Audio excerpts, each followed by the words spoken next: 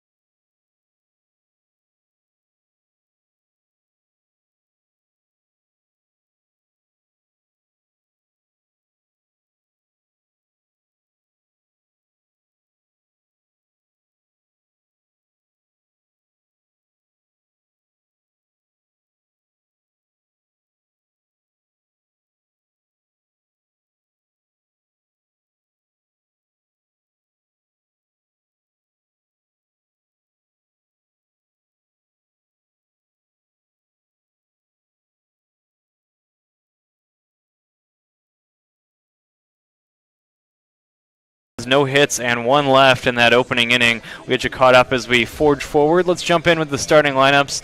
I'm Brandon Vickery, glad to be joined by Jackson Baker. We'll talk to Jackson in just a moment, but here are the starting lineups for today's game, starting with the visitors from Northwest Indiana. Jaden Comia will lead off and play shortstop. Batting second is designated hitter Emmanuel Scott. Hitting third in left field, Brendan O'Connor. George Bilecki hits cleanup and plays center field. Bilecki hitting cleanup. Batting fifth is first baseman Brennan Phillips. It's Phillips hitting fifth. Batting sixth, Breck Baranowski. Baranowski in right. Batting seventh is second baseman Darion Mickle. Hitting eighth and starting behind the plate, Christopher Sachowski. And rounding out the 1 through 9 for the Oilmen is third baseman Ryan Little. All that in back of Northwest Indiana right-hander Silas Noe. It's Noe going for the Oilmen. Now here's the CornDogs starting 9 that the righty will be opposing. Leading off and playing center field, Gavin Terry. Batting second is designated hitter Scott Hansen. Hitting third and playing right field, Hayden Matulik. Batting cleanup is first baseman Daniel Puplava. Hitting fifth is third baseman Drake Bowen. Batting sixth and starting behind the plate is Rocco Stevanovic. Hitting seventh is shortstop Tyler Schultz. Batting eighth, second baseman Ethan Imlock. And rounding out the 1 through 9 for the CornDogs is left fielder Owen Winters. All that in back of Lake County starting pitcher Gavin Gallagher. It's Gallagher against Noe. It's the CornDogs against the Oilmen. And the bottom of the first commences as Gavin Terry lifts one foul off to the left and out of play. And the count is no balls and 1 strike. Well, Jackson, the Oilmen tonight will try to bounce back after a season-opening setback by a score of 13-9 a night ago against these CornDogs as Noe comes back and gets set for the 0-1 pitch. It's swung on and grounded up the middle. This is a slow roller, fielded it short by Comia. He throws to first just in time. Nice play by the Oilman shortstop for the first out of the first inning. But a big key for Noe tonight compared to the Oilman pitching staff last night, Jackson, is to throw more strikes. Yeah, they gave up 15 walks last time, and that led to a lot of bases loaded situations, and it led to a lot of runs coming in. So, yeah, just getting into that strike zone, and we saw it in the top of the first with the CornDogs getting a few strikes. Gallagher had 2 strikeouts, so hopefully the Oilmen can repeat that and get some strikeouts here. Here's a crack to short. This is going to be knocked down by the shortstop, Comia, and he cannot make the play. This is a difficult hop for the Oilman shortstop, and we'll see how they score it. But he could not field it cleanly, and Hansen reaches safely. That was one thing. Last night we saw some pretty good defense on both sides. Yeah, the CornDogs had an amazing play by the third baseman, jumped right up in the air, caught a ball. I mean, that was one of the highlight plays of that game. And hopefully we can see some of that from the Oilmen today, and they can bounce back from that 13-9 loss. Yeah, no doubt. It was Jones making that great catch at third on the line drive off the bat of O'Connor. O'Connor had the hit taken away from him. In that situation, it was in the 8th inning, and what was still a close game, it goes from first and second, nobody out, to instead just a runner on with 1 out. And it was just a key moment. So Oilman did not score in that inning and went on to lose by a score of 13-9. This pitch is downstairs. We'll finish up some of the game details here as we move through the bottom of this first inning. Hansen aboard at first base. Here's the next pitch. This is taken high for a ball. And it's 3 balls and no strikes on Matulik. Matulik, the right fielder, hit .342 with Lake County a year ago. We're exactly in a situation that we don't want to be. 3 balls. That's not looking good. Here comes the 3-0. It's taken for a strike call, and the count 3-1. The umpires today, it's our old friend Mike Clay calling all the balls and strikes. The umpire assigner in this league. He has been in this league for many, many years, leading the umpiring crew. And Paul, here's a tap foul, and the count now goes full. Nice job coming back here by Noe. Paul Wojcicki is going to make all the decisions on the base pass. Yeah, and that was perfect from Noe. He's coming back into this, and this is exactly what we want to see, him being smart with that zone and making sure he can get the count in his favor. 3-2. Yeah, he comes back from behind in the count, 3 balls and no strikes. Now the count is full. 1 out, runner at first base. Matulik standing in against Noe. Here's the set and the payoff pitch. It's taken, and it's inside for ball 4. So he did lose him on that 3-2 pitch. Jackson now 2 on with 1 gone. Yeah, you can't really do much about that. Ball kind of went outside. You just have to kind of regain composure on the mound there and hope that you can start getting balls in that strike zone. No doubt. We'll talk more about kind of the walks that were such a big theme last night as we have time here and move forward in the game. First pitch misses here. The count 1 ball and no strikes. We'll give you the umpires. They'll give you the game time temperature. It's a little bit warmer than last night. Last night it was 55 degrees at game time. It is 61 here tonight, and it should not get quite as cold, although it'll still be chilly by the time this one wraps up. The 1-0 is a strike, and the count 1-1. First pitch came at 6:58 earlier today. And the uniform descriptions will pass along as well. The Oilmen wearing the gold uniforms with black numbers on their backs. They've got the black Oilman lettering across the front of the chest, the gray pants, the black cap, and the gold Oilman logo on the front of that cap. This misses for ball 2, 2-1. And the CornDogs in the blue uniforms, white numbers on their backs, white CornDog lettering across the front of the chest, the home white pants, the blue cap, and the CornDog logo on the front of that cap. We were at Legacy Fields in Crown Point for the second straight night. Here's the 2-1 way high and outside, wild pitch, and the runners are going to each move up 90 feet. It'll now be a second and third situation for Lake County. Yeah, and this is dangerous. This is what we saw a lot of last game, is just getting 2 men on, and then the pitcher gets a little unconfident and he walks a batter, and then you got bases loaded, right like we did last game. Paplava, a dangerous hitter. He had 302 a year ago with these CornDogs. This is a lineup for Lake County that is filled with guys that were on that championship team last season. Here comes the 3-1. Swing and a miss. Big pitch there from Silas Noe, and that even it fulls the count at 3-2. Yeah, and Paplava, he won Player of the Game last night. He had a wonderful game. He had a double, a single. He got hit by a pitch. He had a walk, and he had 4 RBIs. Just a great game. 3-2 the count. Here comes the payoff. This is swung on and lifted foul off to the right. He stayed alive. We'll do it again. 3-2. Big spot here early. Yeah, you just got to find confidence on that mound. Believe in yourself to get that strike and make it happen. 3 balls and 2 strikes on Paplava, who drove in 4 last night with that big night that you heard Jackson allude to. He had 2 hits. He walked. Here comes the payoff pitch. It's taken outside, and he walks here. It's ball 4, back-to-back walks issued by Noe, and now the bases are full of CornDogs with 1 down here in the opening inning. Yeah, and this is a dangerous spot to be in, especially with Drake Bowen coming up to the plate now. He is a power hitter, and you just got to try and work around him if you're Noe. Bowen from Notre Dame will stand in. It was 0 for 2 last night, but he did draw 3 walks, drive in a run, and score twice. So proving to be very patient. I was impressed by some of the patience of the hitters last night. Here's a pitch for a strike. You're out here to get your swings in over the summer. You want to get work in. Sometimes you see guys, you're trying to impress people on opening night, kind of swing wildly at pitches outside the zone. But the hitters on both sides really made the pitchers work last night in the season opener. Here comes the 0-1. Swinging a tapper foul, 0-2. Yeah, and speaking on that, there was only 1 home run last night, and that was from our good old friend over at the CornDogs, Adam Walters. He hit the first home run of the 2023 Northern League season. But, yeah, we only saw 1 home run, a lot of patience, a lot of walks. 0-2 on Bowen. Noe trying to work out of a bases-loaded jam. Here's the 2-strike pitch. He sends one outside, and the count 1-2. Chowski able to glove that one there and prevent it from getting by him. And this is a good spot to be in if you're Noe. Finally getting up in a count, and you just got to stay composed out there. Here comes the 1-2. This is low for a ball, and the count evens out at 2 balls and 2 strikes. Bowen's got a lot of power, so he's just trying to find a way to get it on the edge of that zone so that he doesn't have to worry about something going deep here. 2-2. Bases full of CornDogs as they try to take an early lead here in the second game of the 2023 season. Noe has walked back-to-back men. He was ahead 0-2 here. Now the count is even at 2.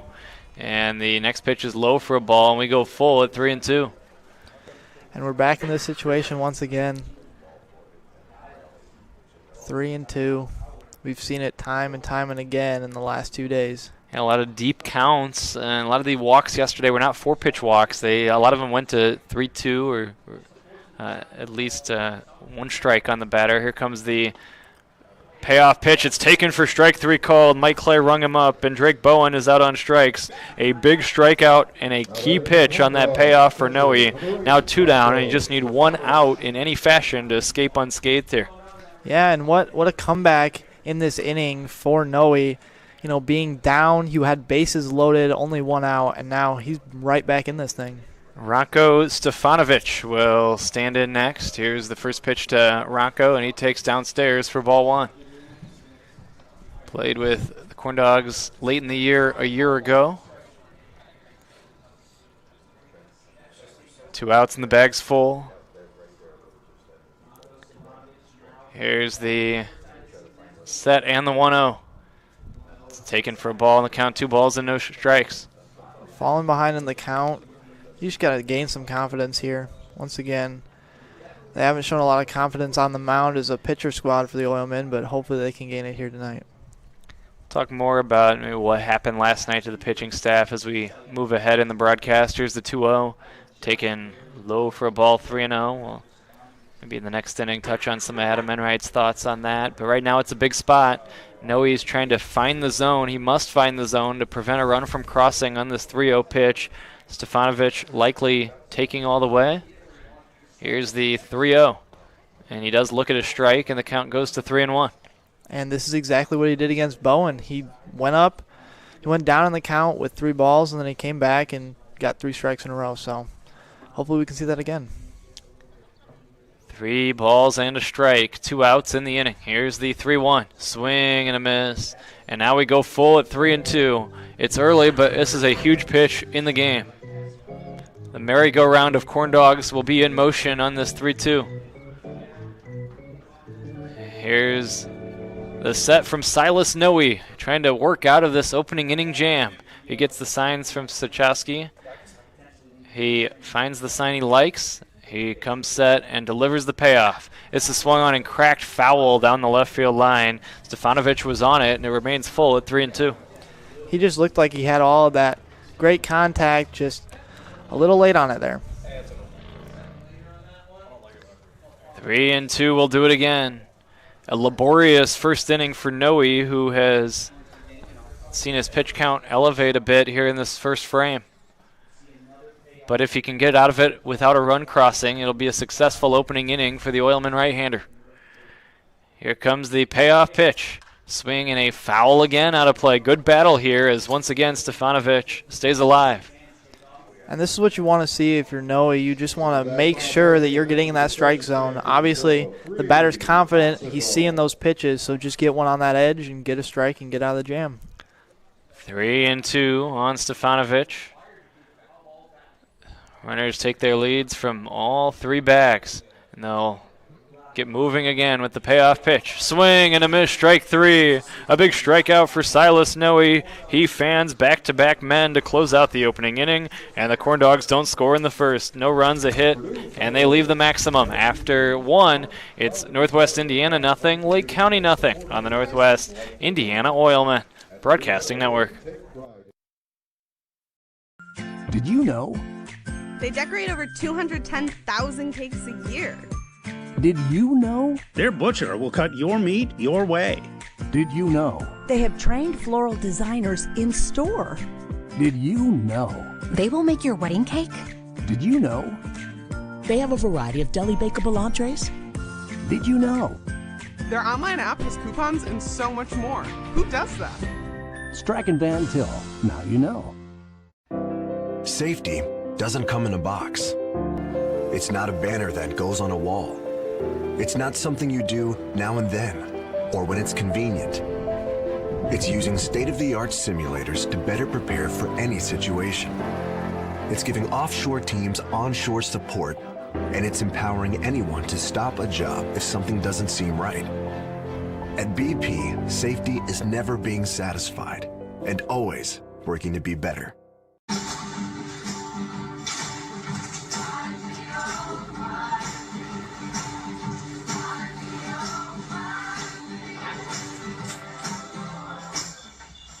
In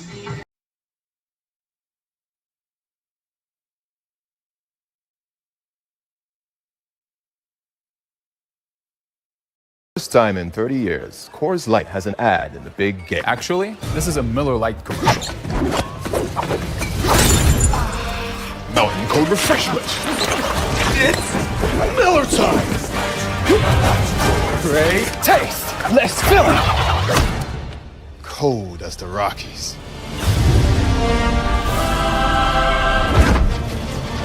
Coors commercial. Miller commercial. Actually, it's a Blue Moon commercial. Well, nice job in that first inning by Silas Noe. He battled through some issues where he walked back-to-back men, but he was able to rebound Jackson and get out of it without any damage done with 2 big bases-loaded strikeouts in the last of that first.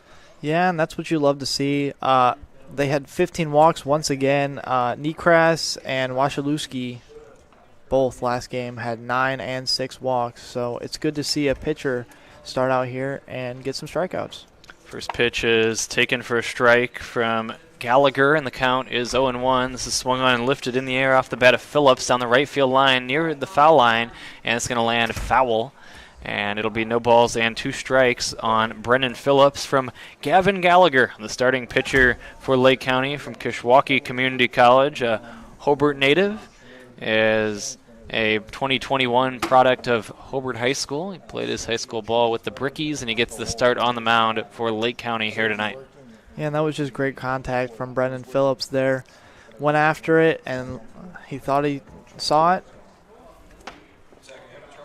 Here's the 2-strike pitch. This is swung on and lifted in the air foul down the right field line, and it remains no balls and 2 strikes.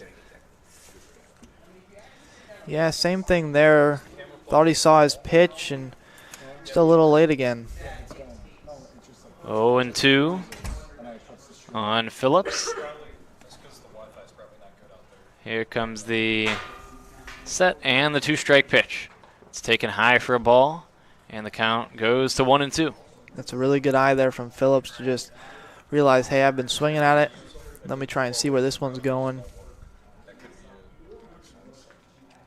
Here's the 1-2, swing and a miss, pitch in the dirt. They'll have to throw to first to complete the out. Well, now actually they'll say he caught it before it hit the dirt, and out on strikes is Phillips, or perhaps he applied the tag there to make the out official, and that is the first out of this second inning, and Breck Baranowski will stand in next.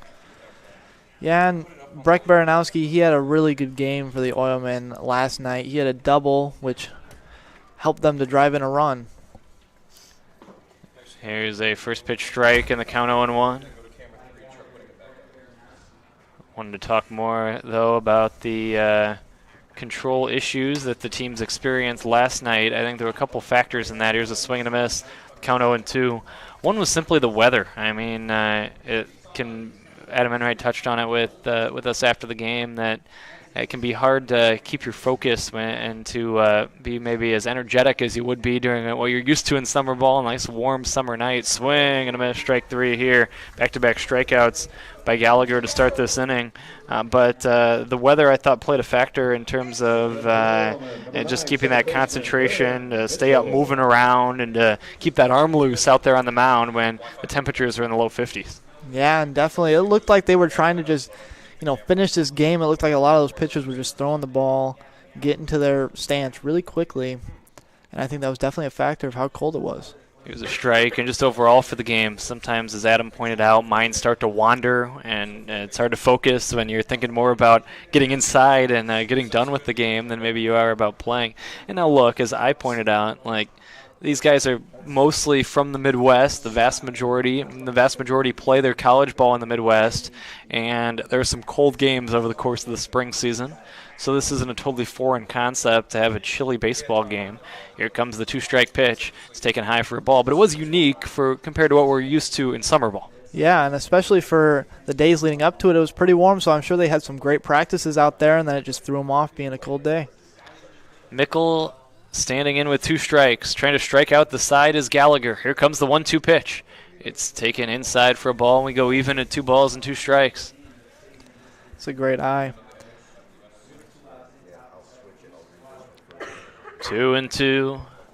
2 outs. Scoreless game, second inning. Here's Gallagher's 2-2 pitch. It's taken low and away for a ball. We go full at 3-2.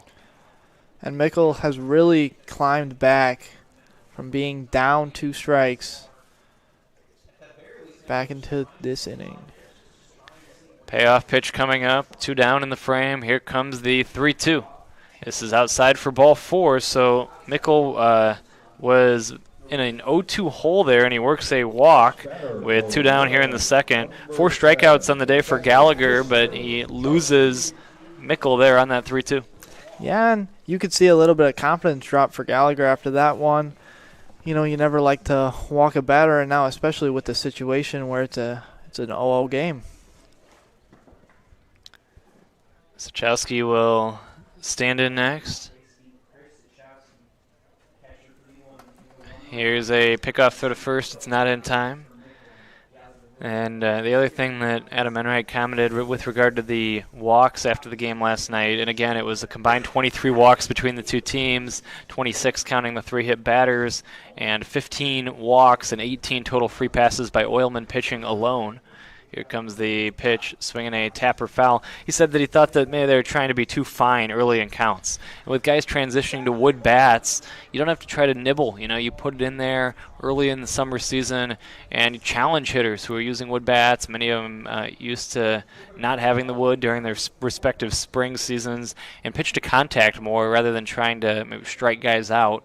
And so some of the Oilmen pitchers were just trying to do a little bit too much early in that game last night. Here's the 0-1. It's a strike, and the count 0-2. Yeah, and definitely. And I would say that they just need to focus on, like you were saying, getting contact. A ground ball is fine as long as you can make a play on that infield. It is better than walking and get it a base-loaded situation. Sachowski standing in with an 0-2 count. Here's another pickoff throw. Several pickoff throws have been unleashed by Gallagher over toward Mickle, who is taking his lead off first. Yeah, and Mickle is very athletic, so I can see why Gallagher is kind of questioning if he's going to steal there. And we didn't see a stolen base last night, so definitely got to be wondering. It's off to a pretty good lead, and the pitch high and outside, and kind of bluffing a snap throw toward first is Stefanovic.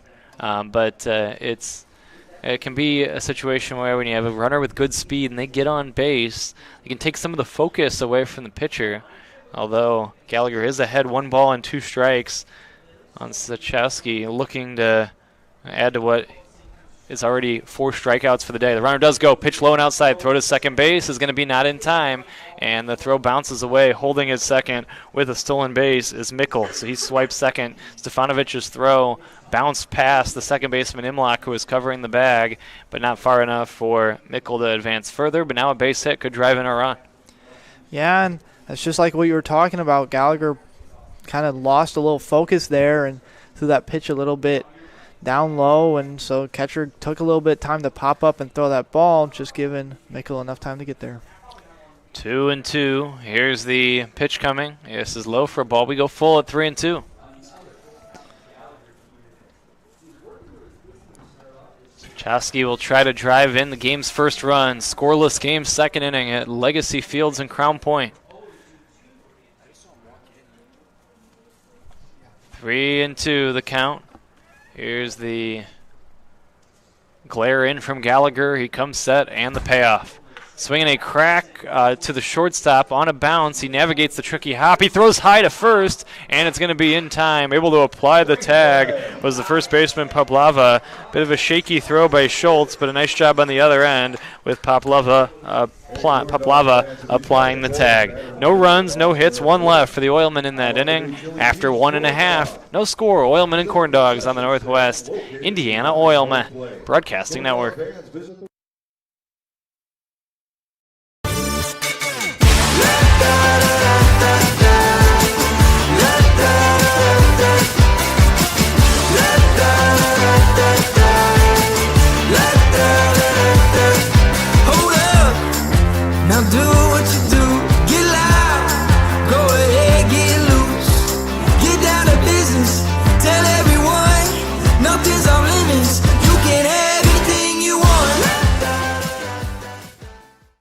We don't go to the office, we build it.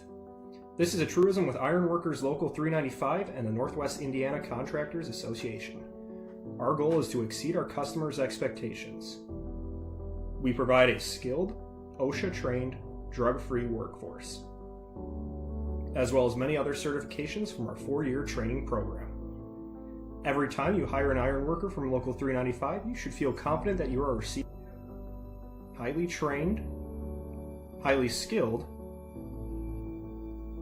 and drug-free journeymen and apprentices who take their job and your project seriously. For more information, contact us at 219-763-7900 or ironworkers395.com. Both teams with scoring opportunities in their respective last trips to the plate. The Oilmen strand Mickle in scoring position in the second after the CornDogs had beefed the bases in the first but left them with runners stranded at all 3 cushions. We go to the last of the second. With the lower third of the CornDog order, it's Schultz, Imlock, and Winters due up in this inning for the CornDogs, and we'll see if Noe can perhaps put a more smooth inning together, although give him major credit, Jackson, for those 2 strikeouts that kept the CornDogs off the board in the first. Yeah, definitely. He was able to bounce back from that inning, had bases loaded, and was able to get those crucial last 2 strikeouts. Hopefully that gives him a little bit of confidence going into this inning. First pitch is taken for a strike, and the count is 0-1 on Schultz, who was 0 for 4 last night but did walk twice. Schultz at 295 a year ago. He had 4 home runs and drove in 25 for the league champion CornDogs in their inaugural season. Next offering is low, and the count evens out at a ball and a strike. And here we go for Noe. You don't want to see him fall behind here, so you're going to expect something on the edge of the zone. 1-1, low and outside for a ball, and we go to 2 balls and a strike on Schultz. Oilmen, again, on the wrong end of a 13-9 score yesterday, but they did hold the advantage in the hit column, out-hitting Lake County 12-7. 2-1 swing and a miss. Goes to show you how important the walks were, but it was good to see the Oilmen bang out 12 hits in that one yesterday. Yeah, that's what definitely gave them the advantage going into the 6th inning, and they were up, and then the pitching kind of just dropped off there in that 6th inning. They gave up 5 runs. 2-1, low for a ball. You know, you alluded to it. It was crooked numbers galore last night on both sides. The Oilmen had 4 different multi-run innings, and Lake County had 3 innings of 3 runs or more, including as many as 5 in a single frame. 3-2 the count. Here's the payoff pitch. It's taken for ball 4. This one just missed, and Schultz a leadoff walk on a 3-2. Yeah, and that was really close right there. I thought that was a strike, but you can't argue with those umps. Mike Clay's done a tremendous job in this league for a long, long time. Good to see him back for another year of Northern League baseball. One of the longest tenured members of this league, along with me. And Imlock will stand in. Here's the first pitch taken for a strike, and the count 0-1. So good to see him working tonight here in Crown Point. And it was certainly a close pitch. And I think just the way it's gone for pitching on both sides, you really won every close one, knowing that otherwise it might be a long night, as the Oilmen have walked 3 in the first 2 frames after issuing the 15 free passes last night, most of which were certainly outside the zone. A few close ones they did not get from Andy Pappas last night, but you can't argue with the fact that they were struggling to find home plate. 1 ball, 1 strike the count. We mentioned the crooked numbers, and that's the other factor in that is when you throw strikes, you typically avoid the crooked numbers. And maybe have more innings where you only give up a runner, maybe 2, but the 3 and 4 and 5 spots hurt the Oilmen, and all of those innings involved walks. Yeah, definitely, and that's what you just got to hope for. Ground balls, even if it's in the strike zone and they get good contact, as long as you can get a ground ball, even if they just get a single. A pitch from Noe, high for a ball, snap throw to first, not in time. 3 balls and a strike is the count on Imlock.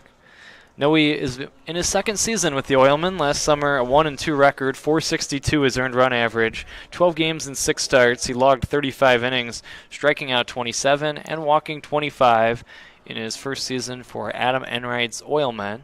And he's one of just a few guys that are back with the team this year after being a part of the franchise a season ago. Always nice to have a few guys with some experience in this league. Here's the 3-1. It's low for a ball. Back-to-back walks begin the 2nd inning. So Noe, a guy that should be comfortable in this league, having pitched in it a year ago. Yeah, and you got to think that, just going down and getting 2 walks, that he's still got to have some confidence. As you were saying, he's been in this league. He knows how it feels to play the game. He's definitely going to try and come back here. Runners take their leads at first and second. Winners standing in. First pitch is swung on and lifted in the air to shallow left center, and it's going to fall in between 2 Oilmen as Bilecki was coming on and the shortstop Komiya was going out. But it was a Texas League-style base hit for Winters. So 2 walks and now a bloop, and all of a sudden the CornDogs are in business again in the second inning. They have the bases loaded with nobody out, and the top of the order due next. Yeah, and this is not what you want to see, and we saw a lot of this again last night, bases loaded. So he's just got to try and work around Gavin Terry here. It was a great job in that first inning, Noe, with 2 timely strikeouts to end the frame. He could use a strikeout right here. First pitch is low for ball 1. 2 walks, including a close 3-2 pitch, and then you have a little flare off the bat of Winters, the number 9 hitter in the order. It goes as a base hit. The 7, 8, and 9 men all reach, and now it's the top of this dangerous CornDog lineup with nobody out, and it's ball 2, 2 balls and no strikes. Yeah, and you don't like to see Noe fall behind here, but he's shown confidence up there when he's gone behind and being able to get strikes again. So let's see if he can get that going. 2-0 swung on and cracked to right. Back is Baranowski. Baranowski cannot make the catch. This is over his head, and it's extra bases for Terry. Two runs are in, and that'll be all as the runners had to hold initially, thinking it could be caught. It's a play that Baranowski would have liked to have made. It should be a base hit, though, for Terry. It was over the head of Baranowski and not a completely routine play. Give Terry the 2 RBIs, and now runners at second and third for Lake County. Yeah, and that was just a hard play to make there. It is routine, but he kind of had an awkward angle on that, running backwards with the sun in his eyes, and definitely just trying to get it there. So not able to haul that in was the right fielder Baranowski. Here comes the pitch low for a ball. The count 1 ball and no strikes. Terry gets a double, and Winters goes to third on the 2-run, 2-base hit. Scott Hansen is standing in. Hansen was a member of the CornDogs a year ago as well. He's making his season debut. Plays at Toledo for the Rockets, and he's a native of my hometown, Portage. Here's the 1-0, a ground ball through the left side. That's a base hit. 1 run is in. Around third, trying to score Terry. Here comes the throw to home. It's offline, and holding it first is Hansen with a 2-run single. Lake County has scored 4 in this inning, and they are still batting. Winters and Terry both cross the dish, and the walks immediately come back to bite Noe as 2 men who have walked have scored, and now it's led to a big inning with 4 in the bank for Lake County. Yeah, and this is exactly what we saw last night, so you just got to hope that Noe can find something here, maybe get a fastball down the zone and get him swinging. 4-0 CornDogs in the second inning. Matulik due next, and he looks at a strike, the count 0-1. That's exactly what we want to see, is Noe gain some composure up there and start painting the edge of that strike zone. Noe did start game 1 of the championship series against these CornDogs a year ago. Here's a pitch low for a ball, wild pitch. Advancing to second safely is Hansen. And it's going to be a ball and a strike on Matulik. But he pitched 3 1/3 innings, 2 runs. They were earned, 3 hits, 3 walks, 2 strikeouts, no decision in that game. And he pitched just once against Lake County during the regular season. That was the early season Memorial Day weekend series last year. Here comes the 1-1. It's a strike, and the count is a ball and 2 strikes. He went 3 innings, 3 runs, 7 hits, 2 walks, and a strikeout on May the 29th, nearly a calendar year ago, against these Lake County CornDogs. Silas Noe against Lake County. 1 ball and 2 strikes on Matulik. This is low for a ball. It's another wild pitch, and advancing to third safely is Hansen. Yeah, and as you were saying, Noe definitely knows a bunch of these CornDogs, and he knows what they're going to want to swing at. So it's no surprise that we've seen a few strikeouts here, but just needs to gain some composure up there. He's been throwing a few pitches a little wild. Maybe him and his catcher need to get back on track. From Morton Community College, 6'4", 160 right-hander, a native of Wilmette, Illinois, and a New Trier High School product. This is taken for strike 3 called. Caught looking is Matulik. That is the third strikeout of the day recorded by Noe. 3 of the 4 outs have been strikeouts. And now Paplava will stand in with a runner at third base and 1 away in the inning. Yeah, and Noe has just found his groove a little bit here and there, and it's mostly against the guys that he knows. First pitch is a strike, and the count 0-1. 2-run double by Gavin Terry. Base hits by Hansen and Winters as well. And Hansen's single drove in a pair, and it's 4-0 here in the second. Here's the 0-1. It's outside for a ball, 1-1. Noe working with a count of 1 ball and 1 strike on the batter.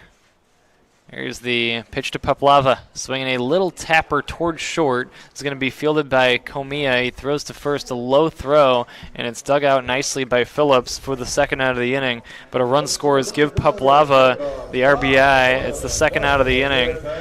But Paplava, who drove in 4 last night, drives in his first of the night and makes it 5-0.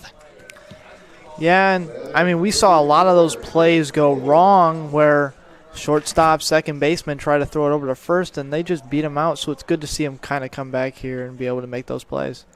Lake County has scored a high 5 in this second inning. Here's the first pitch to Drake Bowen, swing and a miss, and the count 0-1. And yeah, being down 5 this early, I mean, it's not the worst, but we've seen them have a 5-run inning before, and that was the end of last game. The 0-1 is swung on and lifted in the air, shallow right field. It's going to be caught by a backpedaling Mickle, the second baseman, and the inning ends. But not before damage done. As Lake County scores 5 times, they do it on 3 hits, and they leave none. We have played 2. It's Lake County 5 and the Oilmen nothing on the Northwest Indiana Oilmen Broadcasting Network. Common for back patients to have a lot of questions, but at Midwest Orthopedic Specialty Hospital, we ask a lot of questions too. We want to know about their jobs, their hobbies, their lifestyle. Because spinal conditions are oftentimes complex and multifaceted, the best solutions take into account work and lifestyle. The spine is at the basis of everything that we do and who we are. For us, surgery is not the first priority. Finding the least invasive option to give you your life back is. For the first time in 30 years, Coors Light has an ad in the big game. Actually, this is a Miller Lite commercial.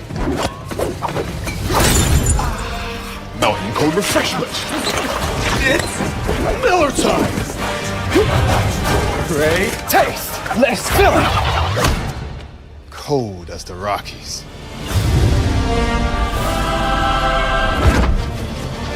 Coors commercial. Miller commercial. Actually, it's a Blue Moon commercial. Have a student headed to college this fall? If so, you probably have questions. And the best place to find answers is Ivy Tech Community College. Ivy Tech is in your community and offers hundreds of options. Best of all, our tuition is a fraction of the cost of other colleges. Complete a free application today. Well, the Oilmen are playing from behind. They've got some work to do. 5-0 CornDogs after they score 5 times in the second inning. Jackson will see if the Oilmen offense can crank it up, knowing that they need to do some damage to try to rally. And that's exactly what happened last game is they went down, and then they immediately were able to make some room up there with some crucial hits. And we'll just, like you said, see if they can get some batters and get some good contact out there. It'll be 9-1-2 for Northwest Indiana in this third. Little, Komiya, and Scott. And it starts with Ryan Little. The Oilmen trying to break through against this CornDogs team. Boy, this is it's a big rivalry, but it's hard to call it a rivalry because it's been so lopsided, to be honest, so far this year and last, in favor of the CornDogs. Here comes the pitch taken for ball 1 ball and no strikes. The CornDogs have dominated the Oilmen, taking 11 of the 14 matchups, counting last night, and then 10 of the 13 last season. Here comes the 1-0, a tapper to second. This is going to be fielded on a few bounces by Imlock, and he throws to first to retire Little for the first out of the third inning. But the Oilmen, their only 3 wins were all one-run victories that they eked out over Lake County. And this is kind of reminiscent so far, and it's still only the second game, and it's only the 3rd inning of Game 2. But last year, early in the season, the Oilmen and CornDogs faced off over Memorial Day weekend. The CornDogs swept all 3 right here at Legacy Fields, and then the CornDogs really got rolling after that, and they put together a huge winning streak. This is low for a ball, and had a tremendous start to the season, and kind of ran away with the regular season title. And it's sort of reminiscent of that series a year ago so far. The CornDogs win the opener last night. They made a big statement early with a 5 spot here. The count 1 ball and no strikes on Comia. This is taken high for a ball. This feels like an important game that you want to find a way to win tonight, because you'd hate to be in an early hole by being swept by a team that you expect to compete with for the league title on this opening weekend. Here's a 2-0. It's a ball, the count 3-0. Yeah, and definitely, to start with that, they had great contact last night, so you need to find out the pitching situation. We've seen it here again today with a lot of walks, so it's just got to start there. Comia swings at the 3-0 pitch and lifts it in the air to shallow right. The sun has been an issue out there, but able to battle the sun is Matulik, and he makes the catch for the second out of the 3rd inning on 3-0. Comia swings away, and he skies out for the second out of the second, or the 3rd, I should say. Yeah, and that's just, we saw Baranowski last time just not be able to get back there in time, and so see the CornDogs get back there just in time. I think that was just hit a little under, just enough for them to see it. 2 outs and the base is clear. Emmanuel Scott scored 4 runs last night. He was on base throughout the game, 2 for 3 plus 2 walks. He did strike out once. He takes high for a ball. But he and O'Connor and Mickle had 2 hits apiece. Oilman had a few guys who really jumped right in and swung the bats well last night. I thought there was a lot of good contact. There's a strike called. I thought the CornDogs made some good defensive plays that played a big factor in the game as well, and helping keep the Oilmen from not doing further offensive damage. And they did score 9 runs on 12 hits as it was. Here's a swing and a miss, and it's 1-2. Yeah, and most of the time when you score 9 runs and you play the way you did, or at least hit the way you did, you expect to win a game, but when your pitchers are just walking everyone, it's not going to work out. This is high for ball 2. 2 balls and 2 strikes on Scott. The 2 teams I thought played pretty good defense. It was a bright spot last night. We belabored the lack of strikes throwing by the pitchers, but we got to give credit where credit's due to both teams.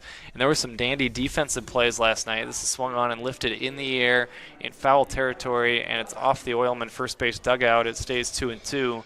And I thought that was good to see sharp defense on both sides, a pretty clean game from a defensive standpoint. There was just 1 error on an overthrow, but the fielding on both teams included several spectacular plays. Yeah, exactly, and it was perfect for the conditions and how cold it was. You didn't expect most of that. You expected people to kind of be cold back there, not be able to move, but it was awesome to see some great plays out there yesterday. Here comes the 2-2 pitch. It's outside for a ball. We go full at 3-2 on Scott.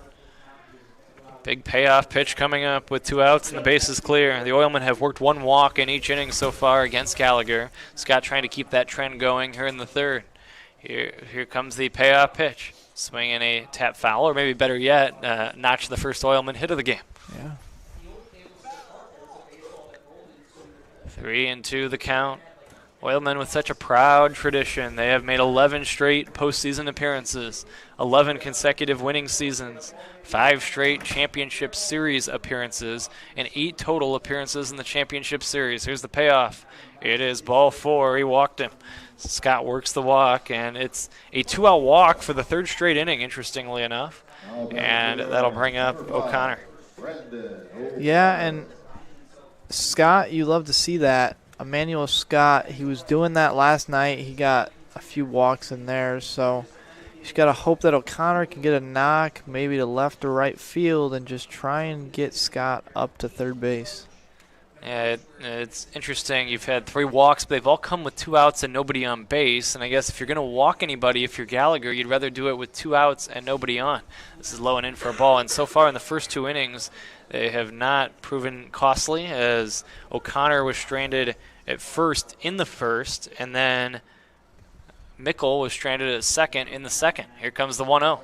This is swung on and lifted in the air off the bat of O'Connor to deep left center. This ball is trouble, and it's going to one-hop the fence in left. Extra bases O'Connor. Scott around third. He's going to try to score. He will score. It's a 3-base hit for O'Connor. He goes into third standing up. RBI triple. Brendan O'Connor and the Oilmen are on the board. Their first hit of the day produces their first run of the day, and it's 5-1. Yeah, and that was just beautiful contact right there, just getting straight under it. And for a second, it almost looked like the center fielder gave up on that ball, and I thought it was gone, but it just landed perfectly behind that center fielder. Bilecki hits left-handed. The Oilmen were very right-handed heavy in the lineup last night. Bilecki, a left-handed bat, added to that mix in the cleanup spot tonight, making a season debut. He popped up to short his first time. A key run at third base. He'd love to try to at least make it a 3-run game here in this third by producing one more run against Gallagher, who fires low. 1-0 on Bilecki from Lewis University. The Flyers, and a native of Chicago. He played his high school ball at Marist, and he looks at one low and in that skips away from Stefanovic, but not far enough for O'Connor to think about dashing for the plate. Yeah, and if you're O'Connor, you just got to be hoping that your guy, Bilecki, up at the plate can just get a ground out or something here to get you in. 2 outs. It's going to require an Oilman hit or a CornDog mistake to drive in the run, and here's a strike called, and it's 2-1. 5-1 the score as we play inning number 3. Oilmen again on the wrong end of a 13-9 score last night. Trying to make it another high-scoring affair tonight. Here's a strike, or at least that would benefit the Oilmen at this point, given that they played from down 5 early, but the way last night went, no lead is safe. 2-2 with 2 outs. Yeah, and we saw it time and time and again yesterday where leads were exchanged. This is fisted foul out of play, and it's 2-2. Or stays 2-2. And again, the CornDogs now 11-3 all-time against Northwest Indiana. The Oilmen have, as I alluded to with all of the championship series appearances and all the winning seasons and playoff appearances to go along with the 3 league titles, have a very proud history. Here's a 2-2. This is high for a ball. But they've certainly, I don't want to say met their match, but it's nice to have another team in the league that's going to be at a high level you'd anticipate year in and year out, and provide good rivalry atop this Northern League. But the CornDogs have had their way in this series so far. This is fouled away in the all-time series, again winning 11 of the 14 matchups so far, and all 3 Oilmen wins came by 1 run apiece. Yeah, and you definitely love to see some friendly competition in a summer league, and this is exactly what we've got with the CornDogs and the Oilmen. Kind of a tradition now, even though it's only been 2 seasons, to see them face off and have some good games. Bilecki battling here. Good battle. He's working the count. He's fouling pitches away. The count is 3-2. Here's the payoff again. He swings and misses. Strike 3. Big strikeout for Gallagher to end the frame. The Oilmen do get 1. They do it on 1 hit and leave 1. After 2.5, it's Lake County 5 and Northwest Indiana 1 on the Northwest Indiana Oilmen Broadcasting Network.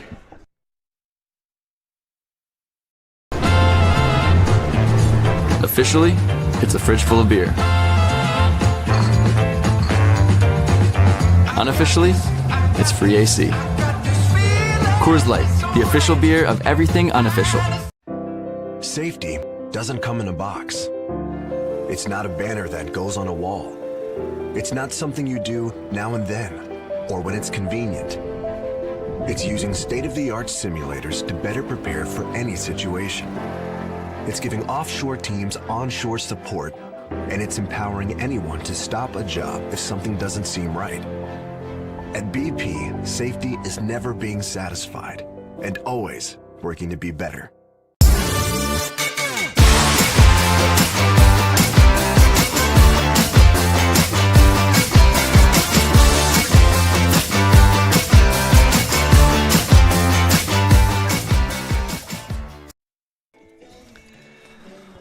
We roll along here on a pleasant night, not as chilly as last night, although the temperatures will continue to plummet a little bit as we move through the evening, but they're expected to rise over the course of the weekend. Happy Memorial Day weekend to everybody. Something that always goes quite well together is Memorial Day weekend and baseball. And we're excited to bring some to you tonight. 5-1 the score in favor of Lake County. Silas Noe is back out for his third inning of work. The Oilmen got one but stranded another 90 feet away in the top of this inning. Swing and a miss here in the count 0-1. Big inning for Noe to try to bounce back and put a 0 on the board after the 5 spot in the bottom of the second. Yeah, and definitely that's a great way to start that at bat, is just get a straight strikeout swinging. Here's the 0-1. Low for a ball. It bounces in there. 1 ball and 1 strike. I want to say hello to Tony Dybel. We know she's listening in. She's been a longtime Oilman fan. It's been a big supporter for many, many years, and we can't wait to see her out at Oil City Stadium again this season. The home opener just under 2 weeks away. Here's a swing and a miss. The count 1-2. Yeah, and this is perfect for Noe. He's been down a lot of counts today, and to see him actually up for once, this could be a good sign for the Oilmen going forward. Ratko Stefanovic struck out swinging his first time, and the 1-2 is low and in for a ball. We go even at 2 balls and 2 strikes.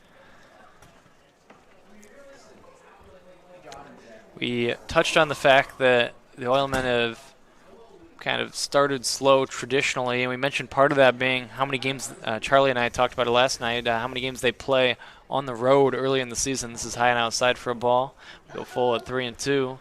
And I think the other factor that we didn't touch on last night is that players are still arriving as the season gets underway, and that certainly is a factor for all teams, but it seems to maybe plague the Oilmen more than others when you're bringing in some talent that is still finishing their spring seasons. Here's a grounder foul right side.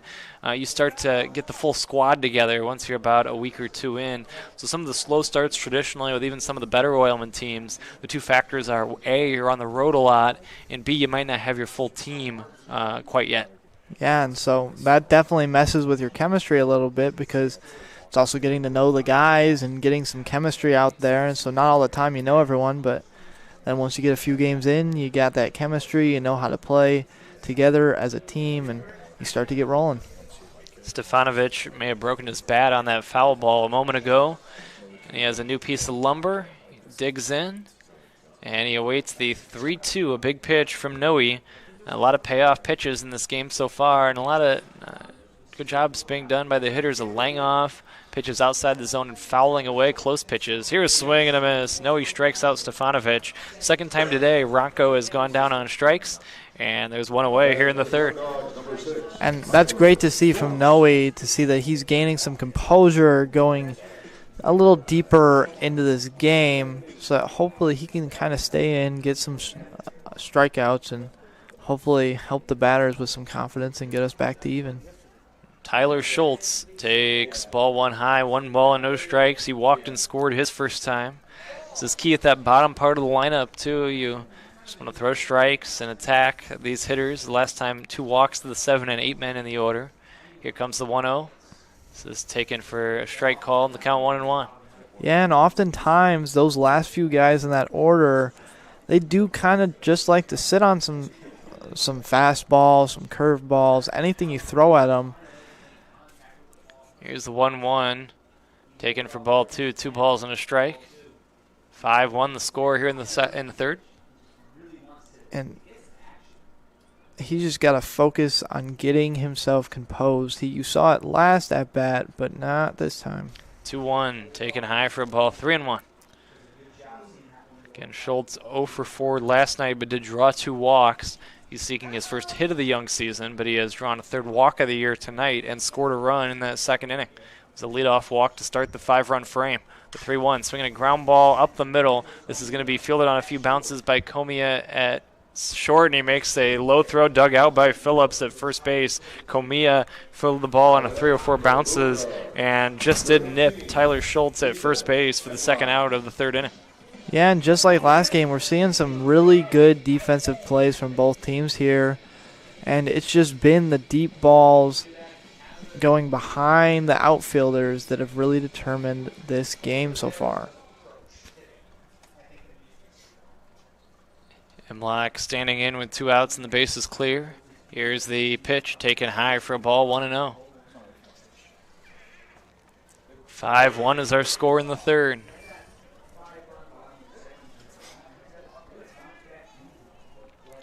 One ball and no strikes. Here's the pitch, swing and a miss, and the count 1-1.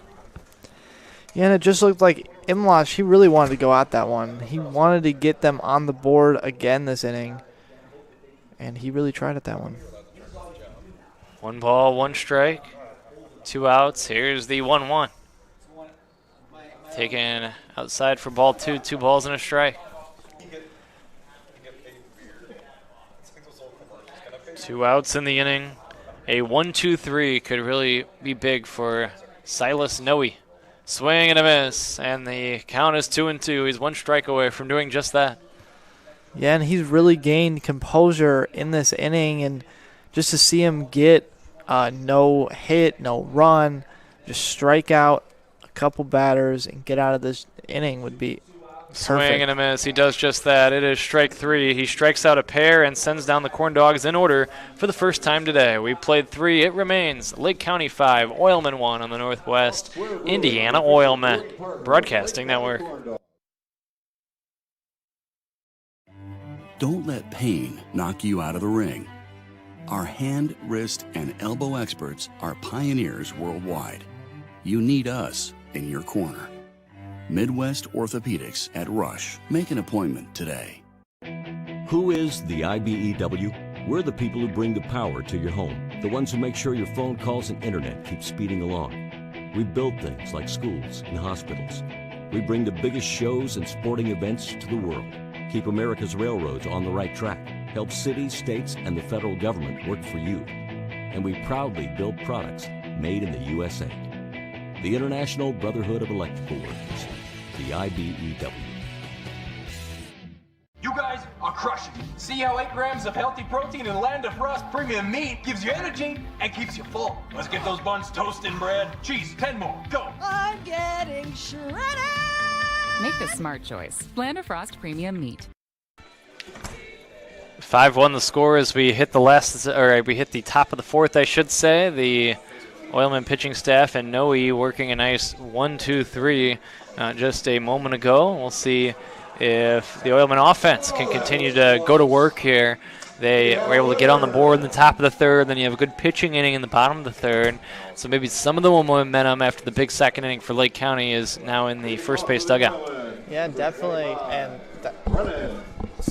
that's what you got to look for there, is just try and get some contact in these batters coming up. And Chris Suchowski has really been good for them. He had 2 RBIs yesterday. It'll be the 5, 6, and 7 men due up for NWI here in this inning as Phillips stands in. He struck out his first time. First pitch to him is taken high for a ball from the Lake County righty Gallagher. And the count 1 ball and no strikes. Gavin Gallagher. Here's the 1-0. It's high for a ball, 2-0. Gallagher has been pretty good so far. He was hit with that triple in the third that scored a run after the 2-out walk to Scott. We mentioned he's walked 1 in each inning, but for the most part, he's looked sharp on the mound. This is swung on and lifted down the first base line in foul territory. It's going to be caught by the first baseman, Poplava, in foul ground for the first out of the 4th inning.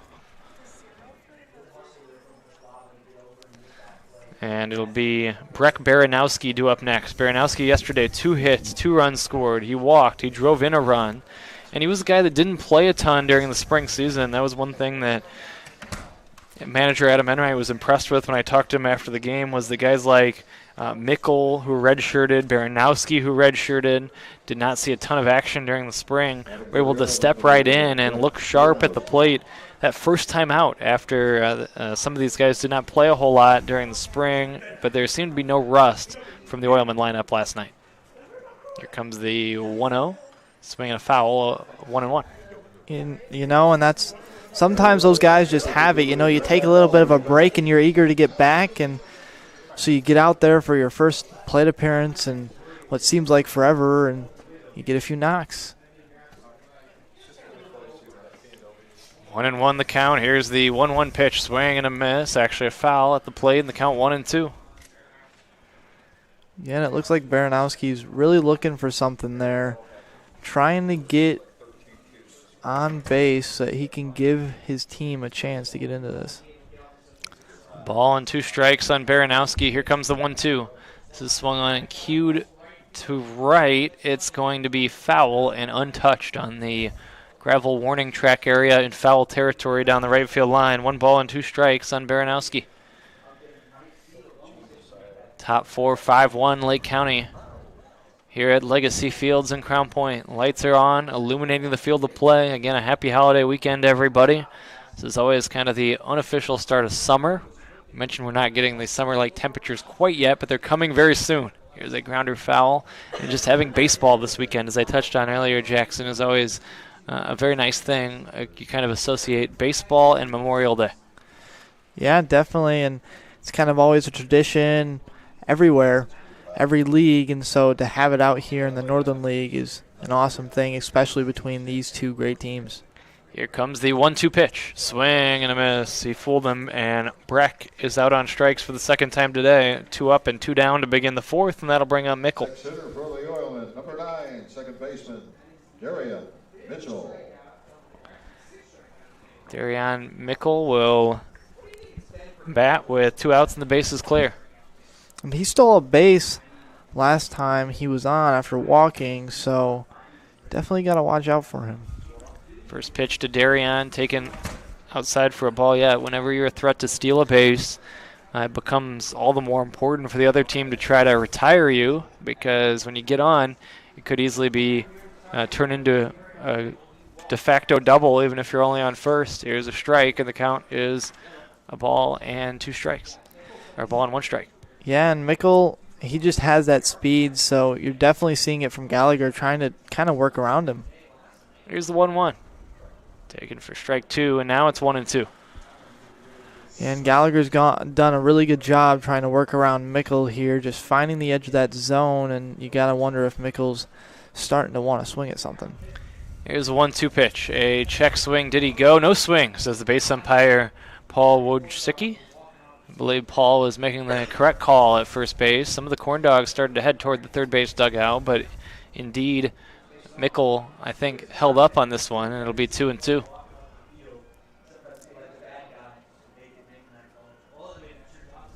Two and two down, 5-1. The score in favor of Lake County. Nobody on base for the Oilmen. 2-2 is swung on and lifted in the air, foul, and the catcher Stefanovic is going to make the catch, a basket-style catch in foul territory, and the inning ends. 1, 2, 3 go the Oilmen in the 4th.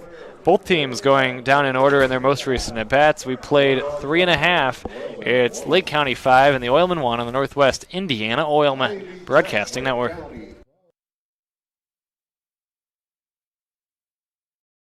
Did you know? They decorate over 210,000 cakes a year. Did you know? Their butcher will cut your meat your way. Did you know? They have trained floral designers in store. Did you know? They will make your wedding cake? Did you know? They have a variety of deli bakeable entrees. Did you know? Their online app has coupons and so much more. Who does that? Strachan Van Til. Now you know. Safety doesn't come in a box. It's not a banner that goes on a wall. It's not something you do now and then, or when it's convenient. It's using state-of-the-art simulators to better prepare for any situation. It's giving offshore teams onshore support, and it's empowering anyone to stop a job if something doesn't seem right.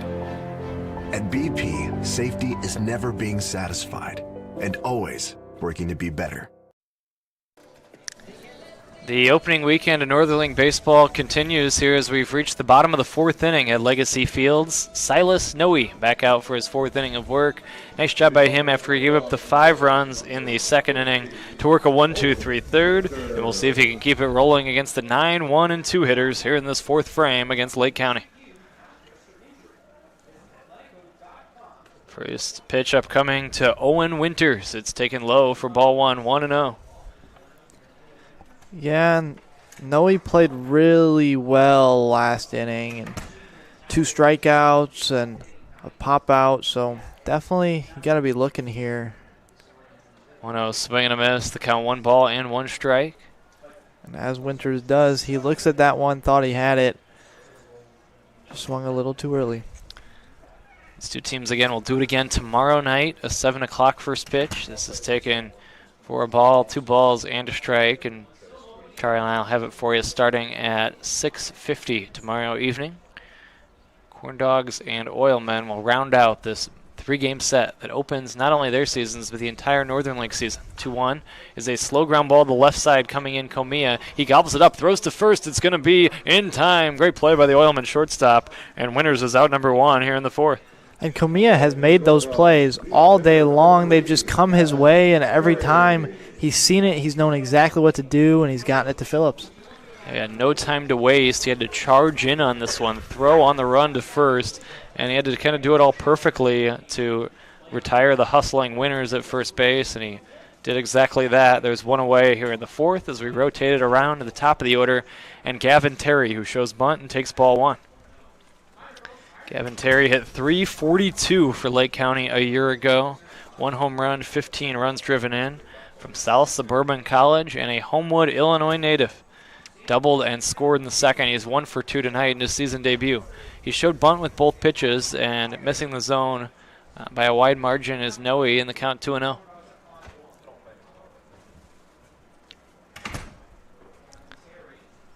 Cornelius, the corn dog, again in all his glory here on opening weekend. This is a strike call. It won't be long though before Oilman Stan and Lucky the Unicorn will be out in mass for Oilman opening night. Can't wait to see all the Oilman fans back at Oil City Stadium at the home opener. Here's a 2-1 high and in, and the count 3-1. Yeah, Noe, he's gone down in counts like this all night long, and we just keep seeing it. But he keeps finding ways to come back and get those strikeouts. So we'll see if he can find a way to work around Terry. 3-1 is swung on and lifted in the air to left center. It's a high fly ball. It's going to be caught by Bilecki. The left-handed center fielder makes the grab, and 2 quick outs. And 6 straight, actually make it now 7 straight have been sent down by Noe. Yeah, and that's what you love to see from last night, where they were just walking everyone, and now we're here, and Noe's been able to get crucial outs after that 5-run inning from the CornDogs. Nice job by the Oilmen sticking with Noe. Nobody was stirring in the bullpen as they had that big inning. Certainly you need some length. After last night, you used a few pitchers, and then to kind of withstand that 5-run frame, and now to have sent down, going back to that second inning, you actually sent down the final 3 batters of the second, and then all 3 in the third. So it's 8 in a row now, actually, by Noe. This is ball 2, 2 balls and no strikes. Yeah, he's just been working it up there at the plate, and it's looking like Noe just feels really good up there. He's confident. After those first few innings where he was walking, he just got that confidence right back and said, let's do this thing. Here's the 2-0. This is swung on and lifted in the air in foul territory, racing over in foul ground, and 2 Oilmen collide, and they cannot make the catch. It was the right fielder Baranowski sliding for it, and then Mickle, the second baseman, was going out, crossing over with him, and the 2 men kind of made the play harder on one another. The better angle was probably Baranowski, the right fielder. He had maybe the only opportunity to make that catch out of either Oilman, but neither did. Very difficult play, and certainly no error, but just a foul ball, and the bat continues for Hansen. 2-1 on Scott. He takes low for a ball, 3-1. And that play from Baranowski just didn't get to it, and we've seen that before tonight, and hopefully he can just figure things out back there. Here's the 3-1. This is outside for ball 4. Scott Hansen's been on base all day. He's on for the 3rd time. That snaps a stretch of 8 straight sent down by Noe, as Hansen now 2 hits plus a walk, and he works the 2-out free pass with Hayden Matulik is coming up next.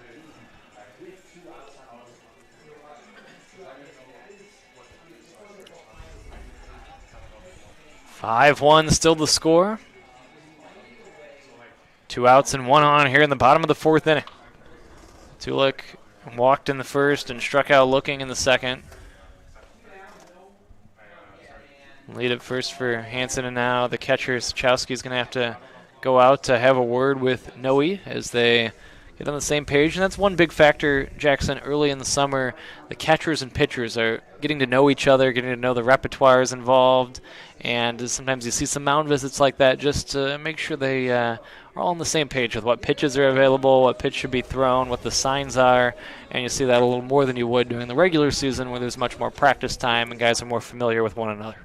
Yeah, definitely, and that's what, to see Noe still be able to come through and get a lot of strikeouts and outs, even with all that going on, you know, you wonder what we will see fully into the season between those two. 2 outs, runner on first. Here's a swing and a little tap back to the mound. Noe gloves it. He takes his time. He throws to first in time, and the inning ends. 1-3. The putout goes. No runs, no hits, and 1 left for Lake County in the 4th. We have played 4. It'll be Jackson and Charlie when we come back. It's 5-1 in favor of Lake County on the Northwest Indiana Oilmen Broadcasting Network.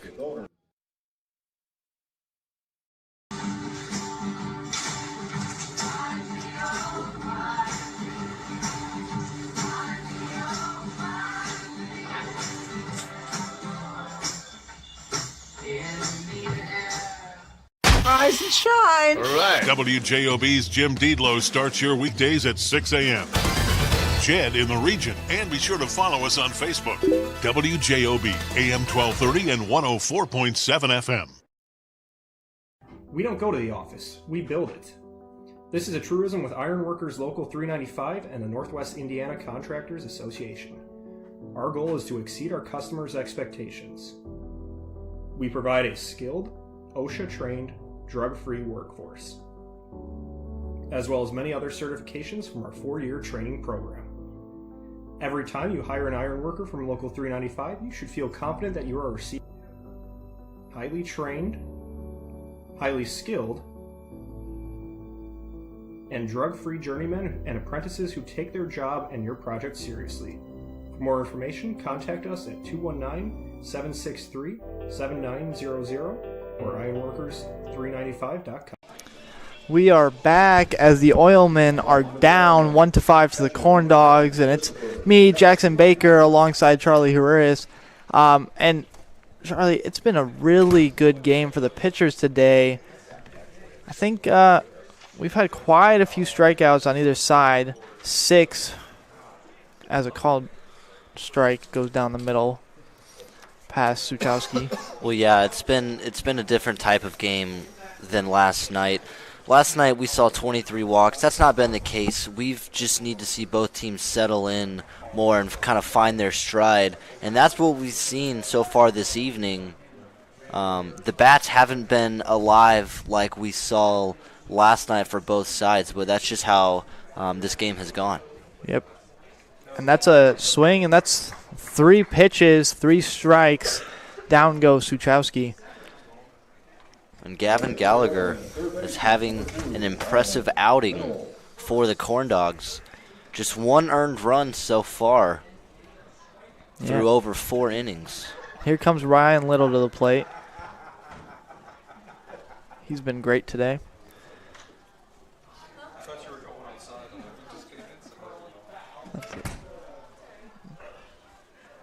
It's a foul just out of play. Ryan Little comes into the box, trying to regain himself. I think he thought that one was going to get caught. Gallagher with the dish.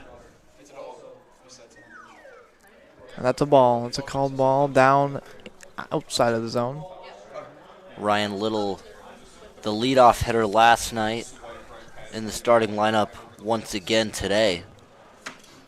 He can provide a spark in that offense when he needs to.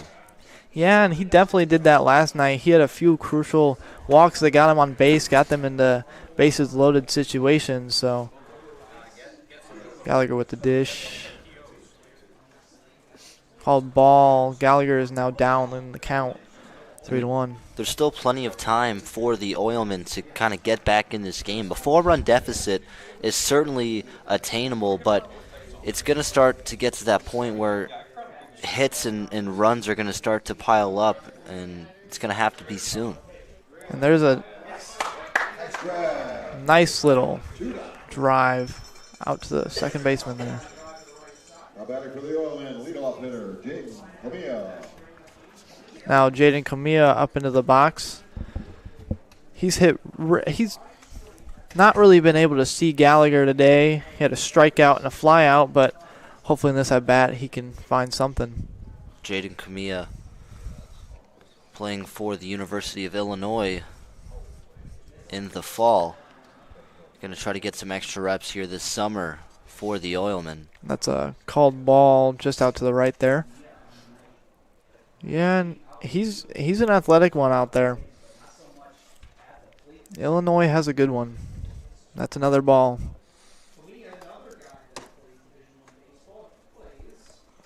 With the 2-0 count, this is a chance to capitalize, even with 2 outs in the inning. It's the top of the order for the Oilmen. That's another ball. Camilla's just seeing Gallagher now, and maybe this is the time that Gallagher's losing a little composure out there, and Camilla may be seeing that.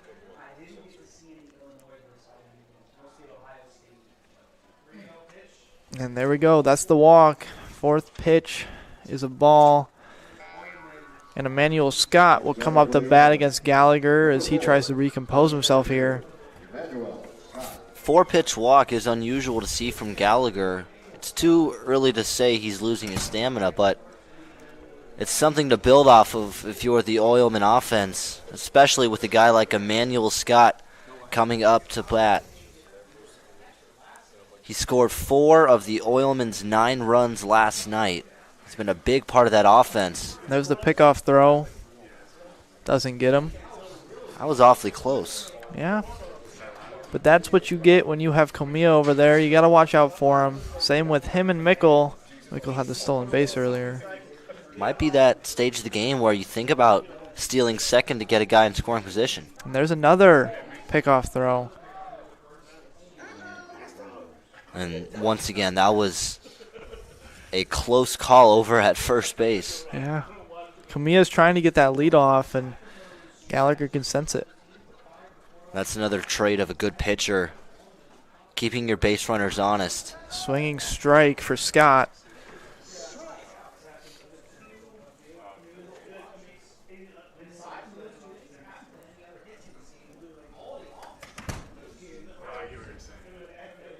Here's Gallagher. Ball, top of the zone. And despite those pickoff throws, Camilla has not went yet.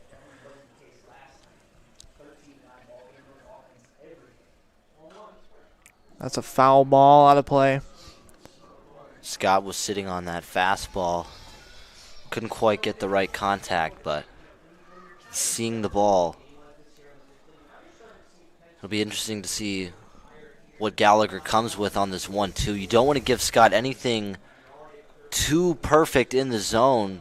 I think a chase pitch here, try to end the top half of this inning. There's a wild pitch there. Another ball.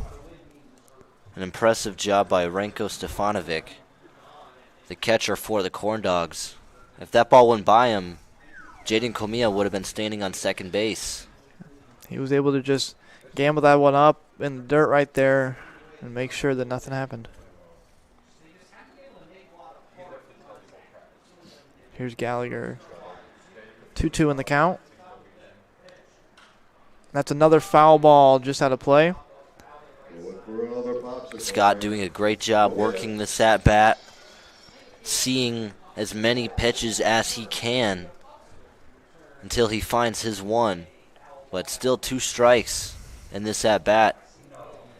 Yeah, and we went from, 3-pitch strike, a 4-pitch ball, to now we've had however many pitches here. Scott's just been able to find his way. There's the pickoff throw. Camilla's back. That's the 3rd pickoff throw at Camilla.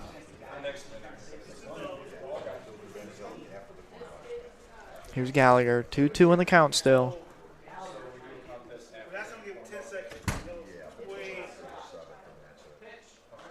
And Comia going, but foul ball out of play again. Comia looked like he wanted that one. Great quality at bat for Manuel Scott. Yeah, seeing pitches left and right. This is a big opportunity for the Oilmen offense. Gallagher at it again, 2-2. As Comia goes. Pitch a little offline. Oh, and they just got him out there. And really just a beautiful throw by Renko Stefanovic, ending the top half of that inning by himself. And the CornDogs have their 4-run lead still. Yeah, and we will be back in the bottom of the fifth.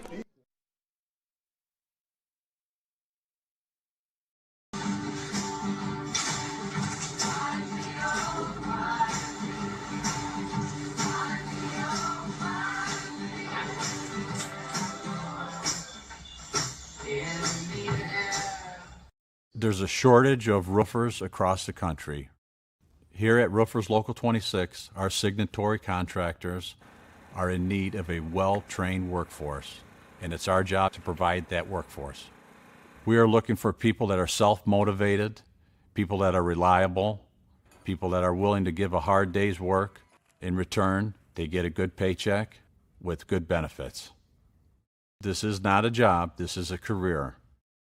If you're willing to put the time and dedication in, we're willing to provide you the tools and training necessary for you to succeed in the roofing industry. We've been doing this for almost 100 years. We know how to get the job done.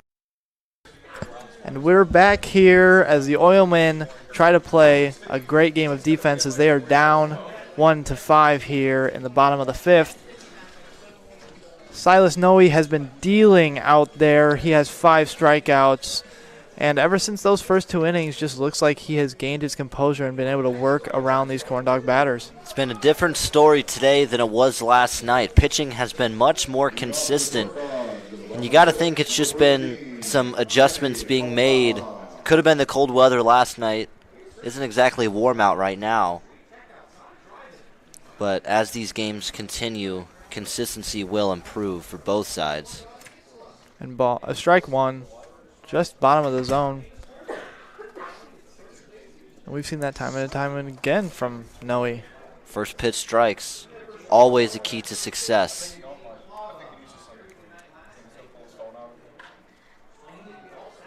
And that will be a nice little, and it drops.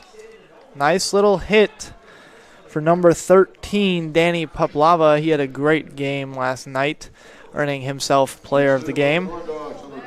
Yeah, he's seeing the ball very nicely. That ball dropped in the middle of 3 players. The absolute perfect spot on the field. Yeah, you could not ask for a better play there. Here comes Noe against Drake Bowen, the Notre Dame commit.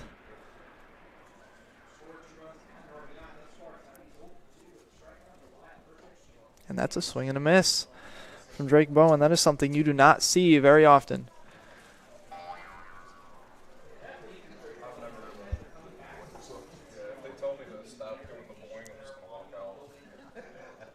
Down 0-1 for Silas Noe.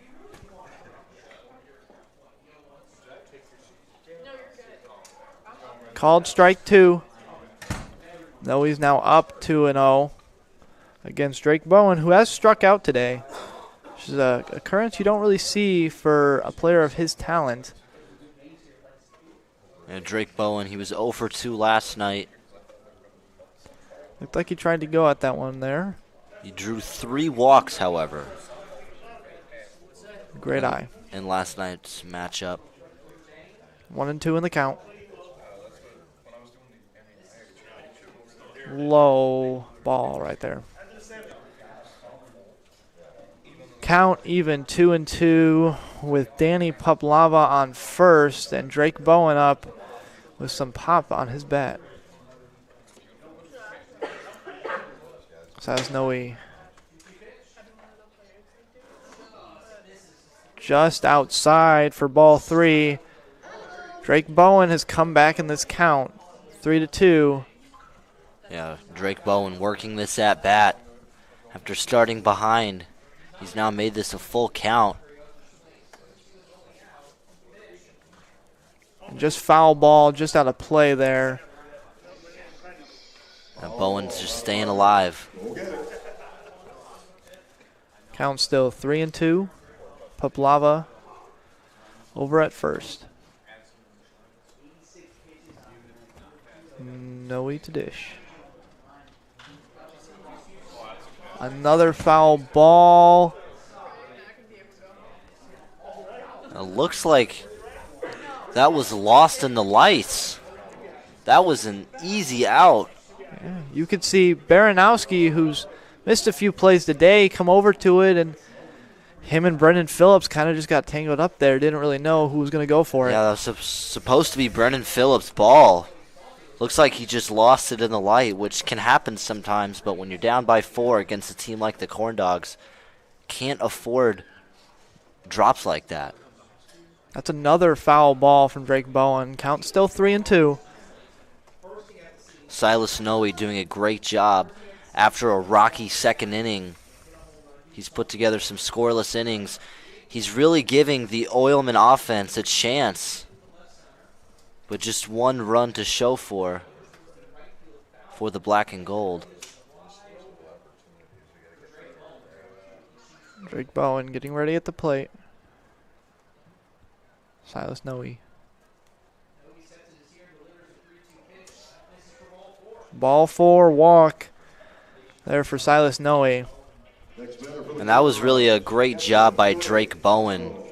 Continued to swing at pitches, continued to foul balls off, and ended up drawing a walk. Yeah, he was just able to work around him. He was down 2-0 in that count very early on and just fouled off some balls. Was seeing the ball really well from Silas. Swinging, strike 1 for number 8, Ranko Stefanovic. He has 2 strikeouts today, so he's been going after it. Ranko Stefanovic ended the inning by throwing out Jaden Kamiya. That's a wild pitch from number 10, Chris Suchowski, and that'll score a run as Danny Poplava comes in. Very costly error with no outs in the bottom of this 5th inning. That throw just got away from Christopher Suchowski. Tried to backpick over at first base, just went over the head of Brendan Phillips. Yeah, and CornDogs, yeah, just extending this lead. Can't really do much about it. That's strike 2.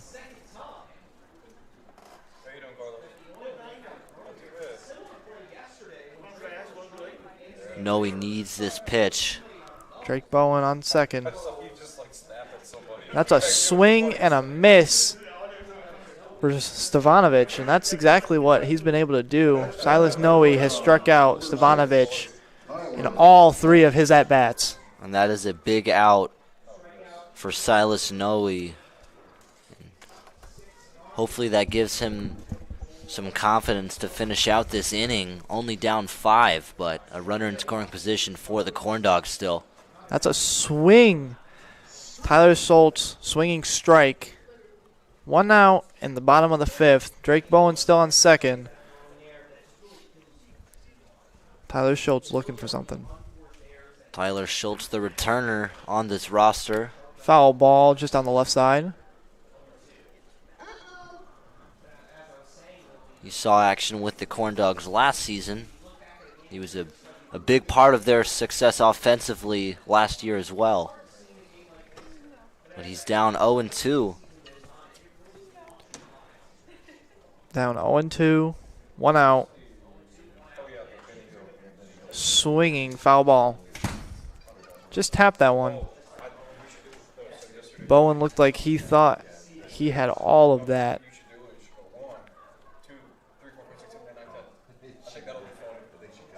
0-2 count. 1 out in the bottom of the 5th.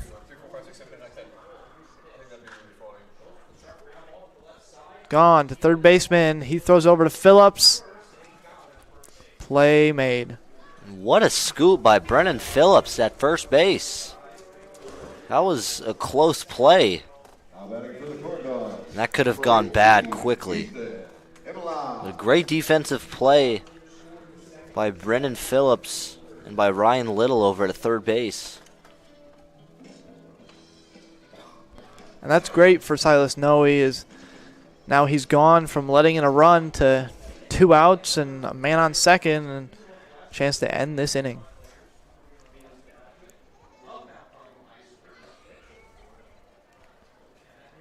Ball 1, just high for Ethan Imlach. He's walked today, and he goes swinging at that one. Foul ball, just to the left side. Yeah, Imlach has walked today, but that was earlier when Noe was struggling, and then he struck out when Noe had it going, and now we're kind of in the middle here.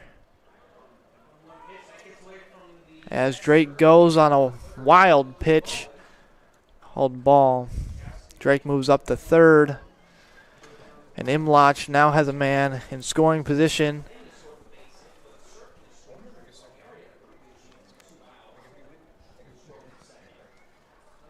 Two to 1 count, 2 outs. Called strike. No, he's just 1 strike away from getting out of this inning. Only down 5.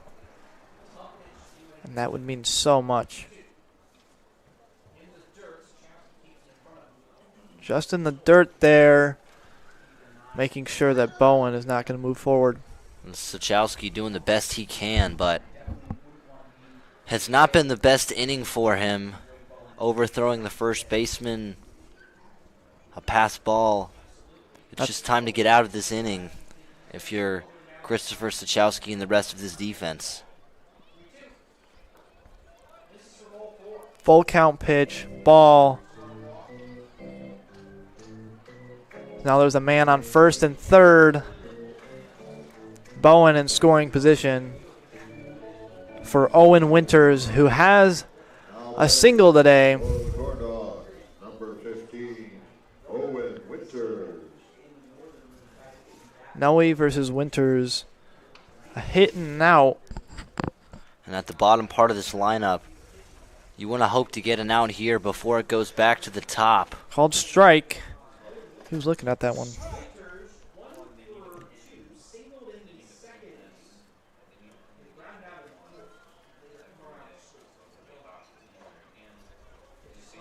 Just high, ball 1.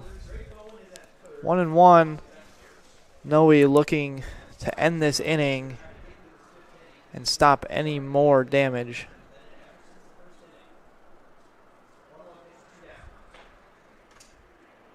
Strike 2 for Noe as he is able to get past Owen Winters there and try and get out of this jam. 2 strikes. An ugly pitch, and Bowen's going to go in. Walks it in. That's just another costly error by the Oilmen. And you got to wonder if Noe is losing a little bit of confidence up there from a few of these hits and walks, and wonder if he's a little tired from all the pitches he's thrown. Oh, a 6-run deficit.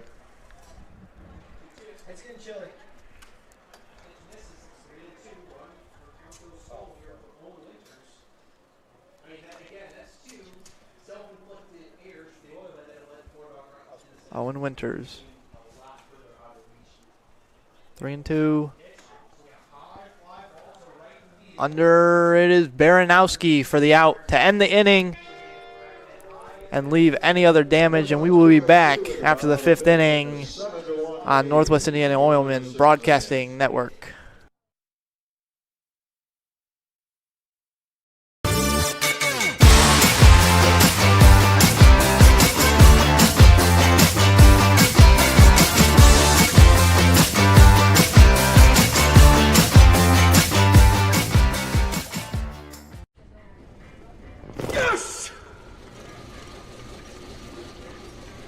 comes to Sunday, choose the right couch. Here's to the original light beer. It's Miller time. Have a student headed to college this fall? If so, you probably have questions, and the best place to find answers is Ivy Tech Community College. Ivy Tech is in your community and offers hundreds of options. Best of all, our tuition is a fraction of the cost of other colleges. Complete a free application today. Remember, everyone, tune in from 3 to 5 p.m. Monday through Friday for the Region Rush Hour with Tony Panic and Sam Michael. Well, Sam Michael and Tony Panic. Well, yeah, Tony Panic, you know what? We'll talk about it. Tune in, everybody.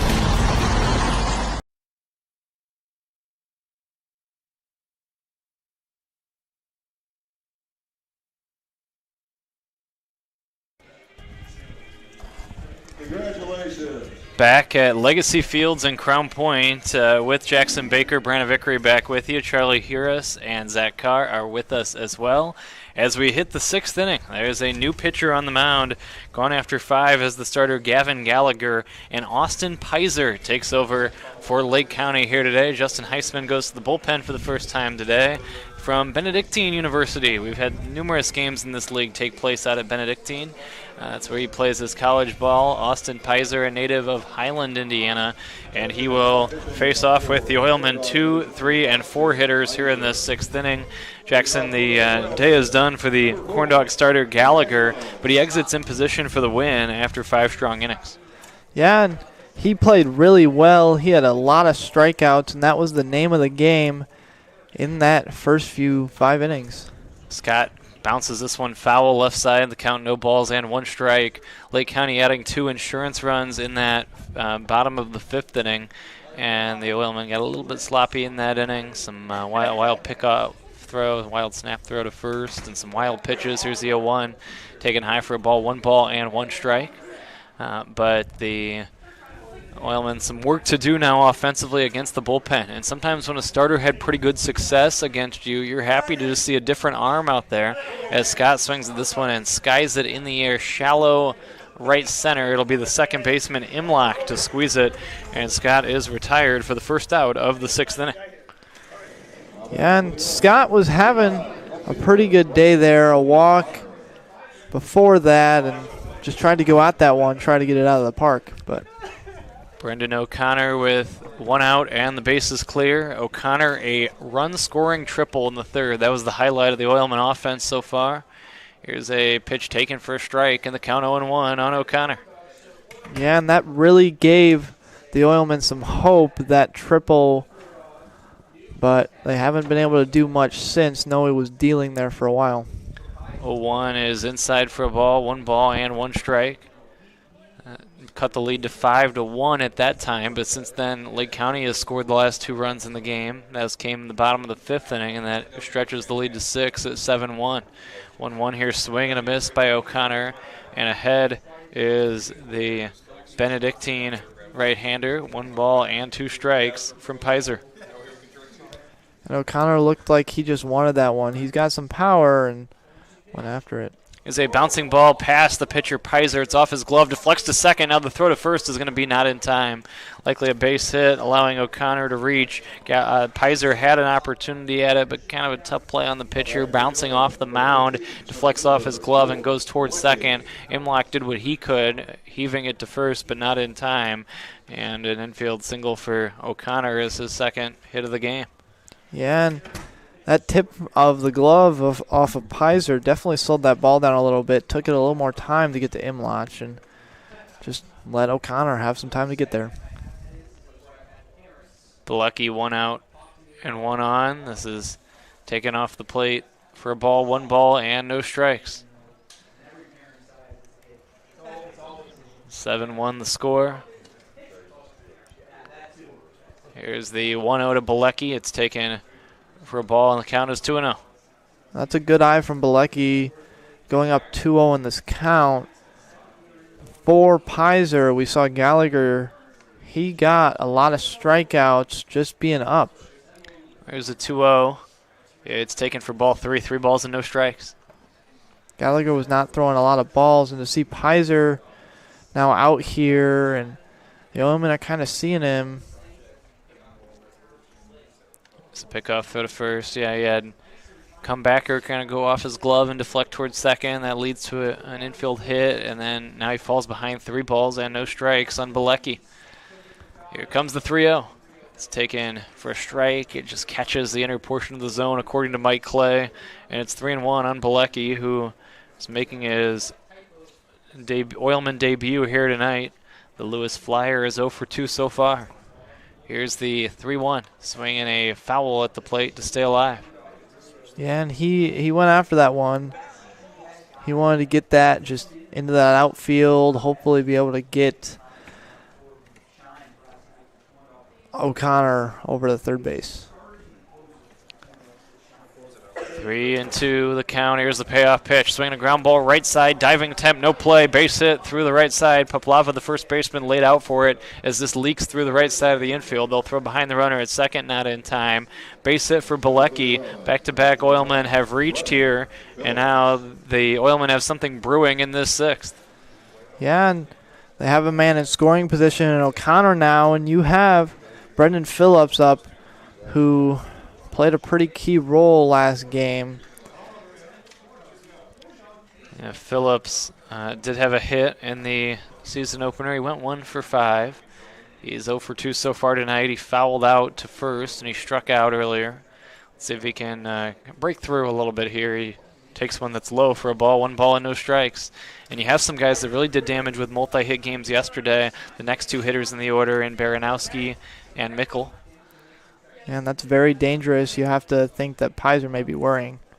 1-0 low for a ball, 2-0. He has fallen behind some here. Neither hit was hit hard. One was a play that he potentially could have made that was back at him, back to the mound. The other was a ball that leaked through the right side of the infield. But not always about how hard you hit it, but instead where you hit it. The Oilmen have first and second with 1 away here in this inning. Here comes the 2-0. It's taken for a strike. He checked his swing, but the pitch was in the zone, and now it's 2-1 on first baseman Brennan Phillips. 6-run deficit being faced by the Oilmen, but we're only in the 6th. Plenty of time to rally. This is low and outside for a ball, 3-1. This becomes a big inning, though. You feel like first inning against the bullpen, Pizer's laboring a little bit. He's falling behind in counts. You're able to get a couple of infield, or 1 hit through the infield, 1 on the infield. There's the 3-1, swing and a miss. You'd love to come through with that big blow, that extra base knock here that could help get you back in the game. Yeah, and that's what you just saw. Phillips going after that one, trying to get under it and trying to score a few runs here. Yeah, it was a healthy hack. 3-2 the count. 1 out in the inning. Here's the payoff pitch. This is low for ball 4. 3 straight Oilmen have reached base, and now it's a bases full situation for Breck Baranowski. And Baranowski, he played really well yesterday. He had 2 hits at 2 at-bats and drove in a run, so you have to wonder if he's going to try and get another RBI today. You'd love at least 1, maybe more here with the bases full of Oilmen. The runners are Phillips at first, Bilecki at second, and O'Connor the runner at third. Here's a grounder foul behind the plate, and the count 0-1. He went after that one. You could just see him go at that one, try and just ground it to the outfield and score 2 runs there. No balls and a strike on Breck, who had 2 hits last night but has struck out twice tonight. Here comes the 0-1 pitch to him. Taken low for a ball, and the count evens at 1 ball and 1 strike. 7-1 the score in favor of Lake County. Oilmen falling 13-9 last night and facing a 6-run disparity here tonight. Here comes the 1-1. He checked his swing slightly and held up 2 balls and a strike. The count on Baranowski. This one just missed the zone. Now behind is Pizer.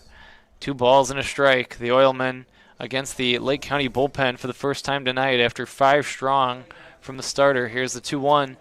It's taken for ball 3, 3 balls and a strike, and there is nowhere to put Baranowski.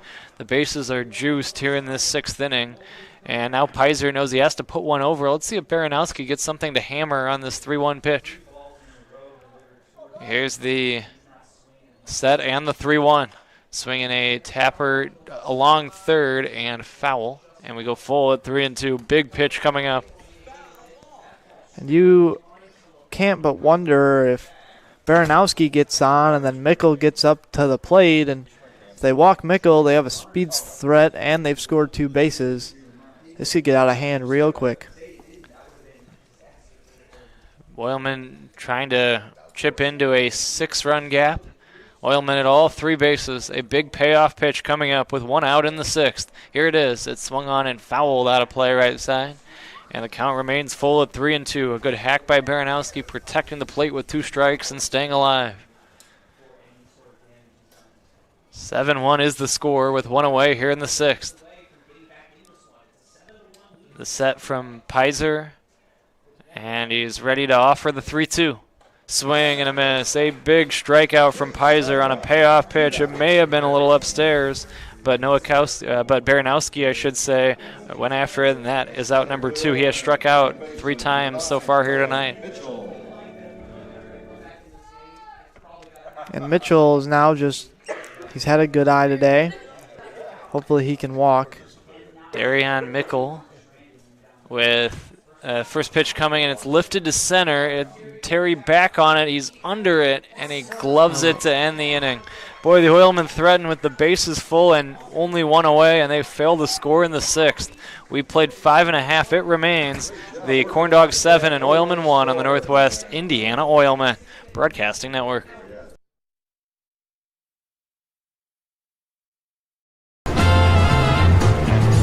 Officially, it's a fridge full of beer. Unofficially, it's free AC. Coors Light, the official beer of everything unofficial. Safety doesn't come in a box. It's not a banner that goes on a wall. It's not something you do now and then, or when it's convenient. It's using state-of-the-art simulators to better prepare for any situation. It's giving offshore teams onshore support, and it's empowering anyone to stop a job if something doesn't seem right. At BP, safety is never being satisfied and always working to be better.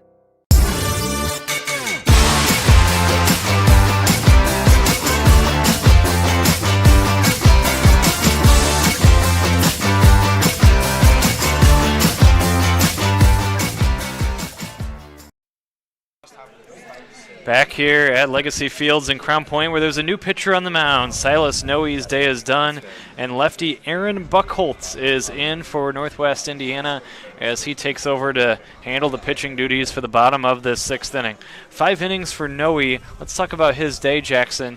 He had that big 5-run inning against him. Did a pretty good job after that, retiring a string of CornDogs. He was touched for 2 in the 5th and ends up allowing 7 for the day. But all in all, the Oilmen were able to get 5 innings out of him. He was able to kind of weather the storm after that big 5-run inning early.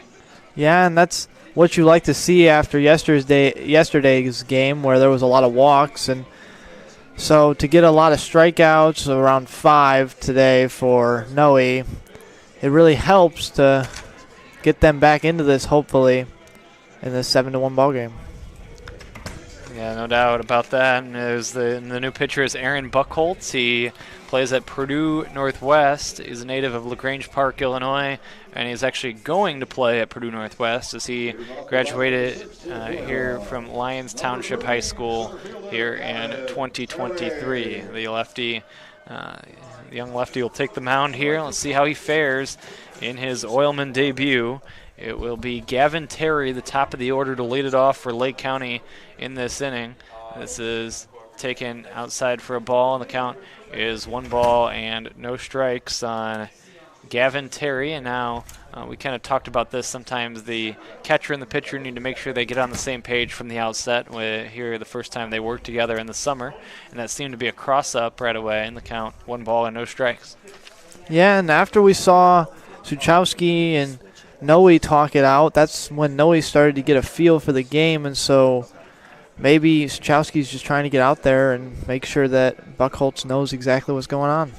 Buckholtz, fastball, curveball, and change comprising his repertoire. His velocity in the low to mid-80s. And the southpaw comes back and delivers a strike call, and the count evens out at 1 ball and 1 strike. There's the set and the 1-1. It's taken for a strike called, and the count is 1 ball and 2 strikes on Gavin Terry, who doubled and drove in a pair earlier. 1-2 is the count. The lefty rocks and delivers, and it's taken just high. Pretty good pitch there. He took something off, and it just missed the upper portion of the zone. And the count now 2-2 on Terry. Yeah, and Buckholz just looks really composed out there. Swing and a miss, strike 3. Out on strikes is Terry. Good start to his day. Always big to come in and to strike out that first man you face. Yeah, and that gives the Oilmen a lot of confidence as well, knowing that you had Noe doing really well out there, and now to get Buckholz out there and get a strikeout right away is great. First pitch to Hansen coming up. It's high for a ball. Seems like a guy with some good off-speed stuff here for the lefty Buckholz. 1 ball and no strikes on Hansen, who's been on base all day. Can the Oilmen find a way to retire him here? This is taken for a strike. The count 1 ball and 1 strike on Hansen.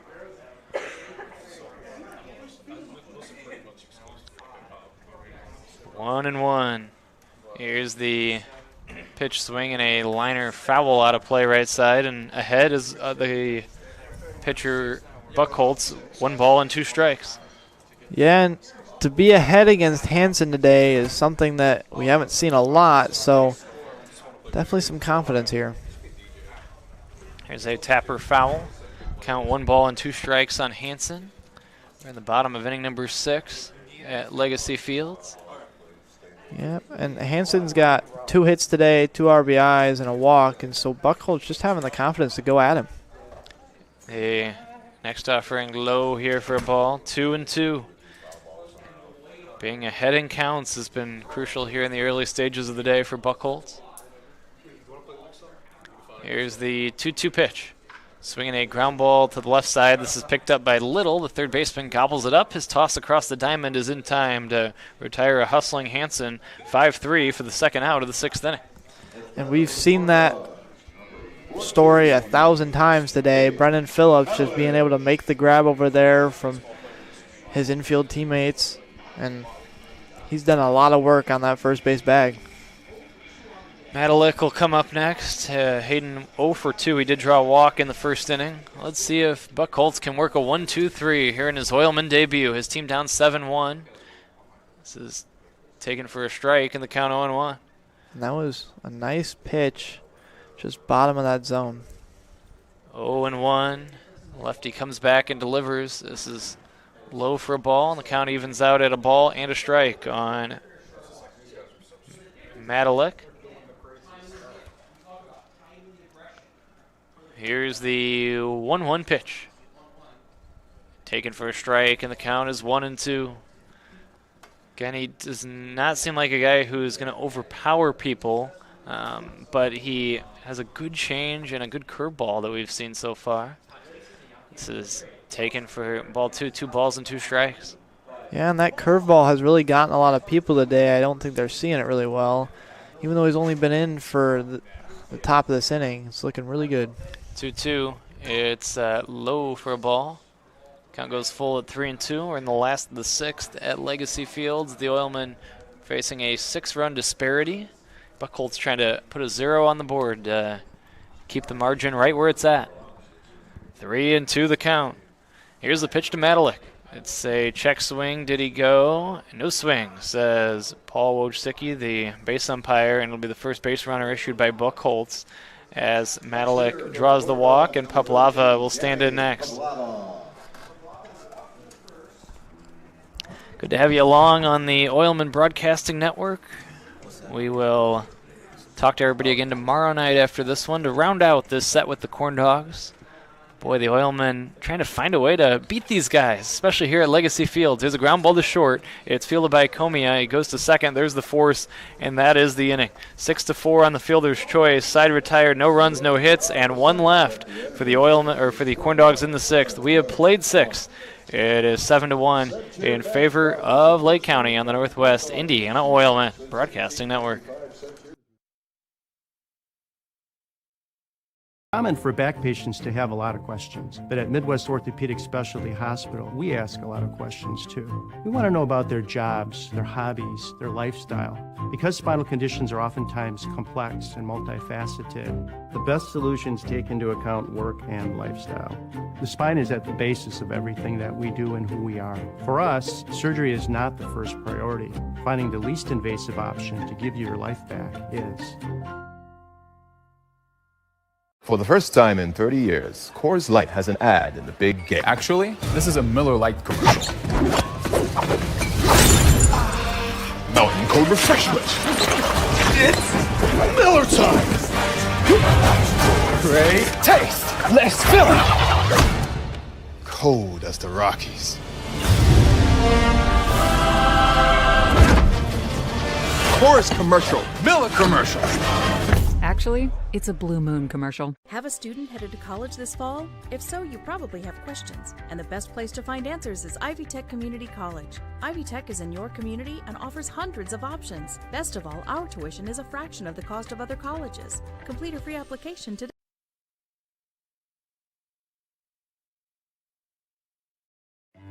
Don't let pain knock you out of the ring. Our hand, wrist, and elbow experts are pioneers worldwide. You need us in your corner. Midwest Orthopedics at Rush. Make an appointment today.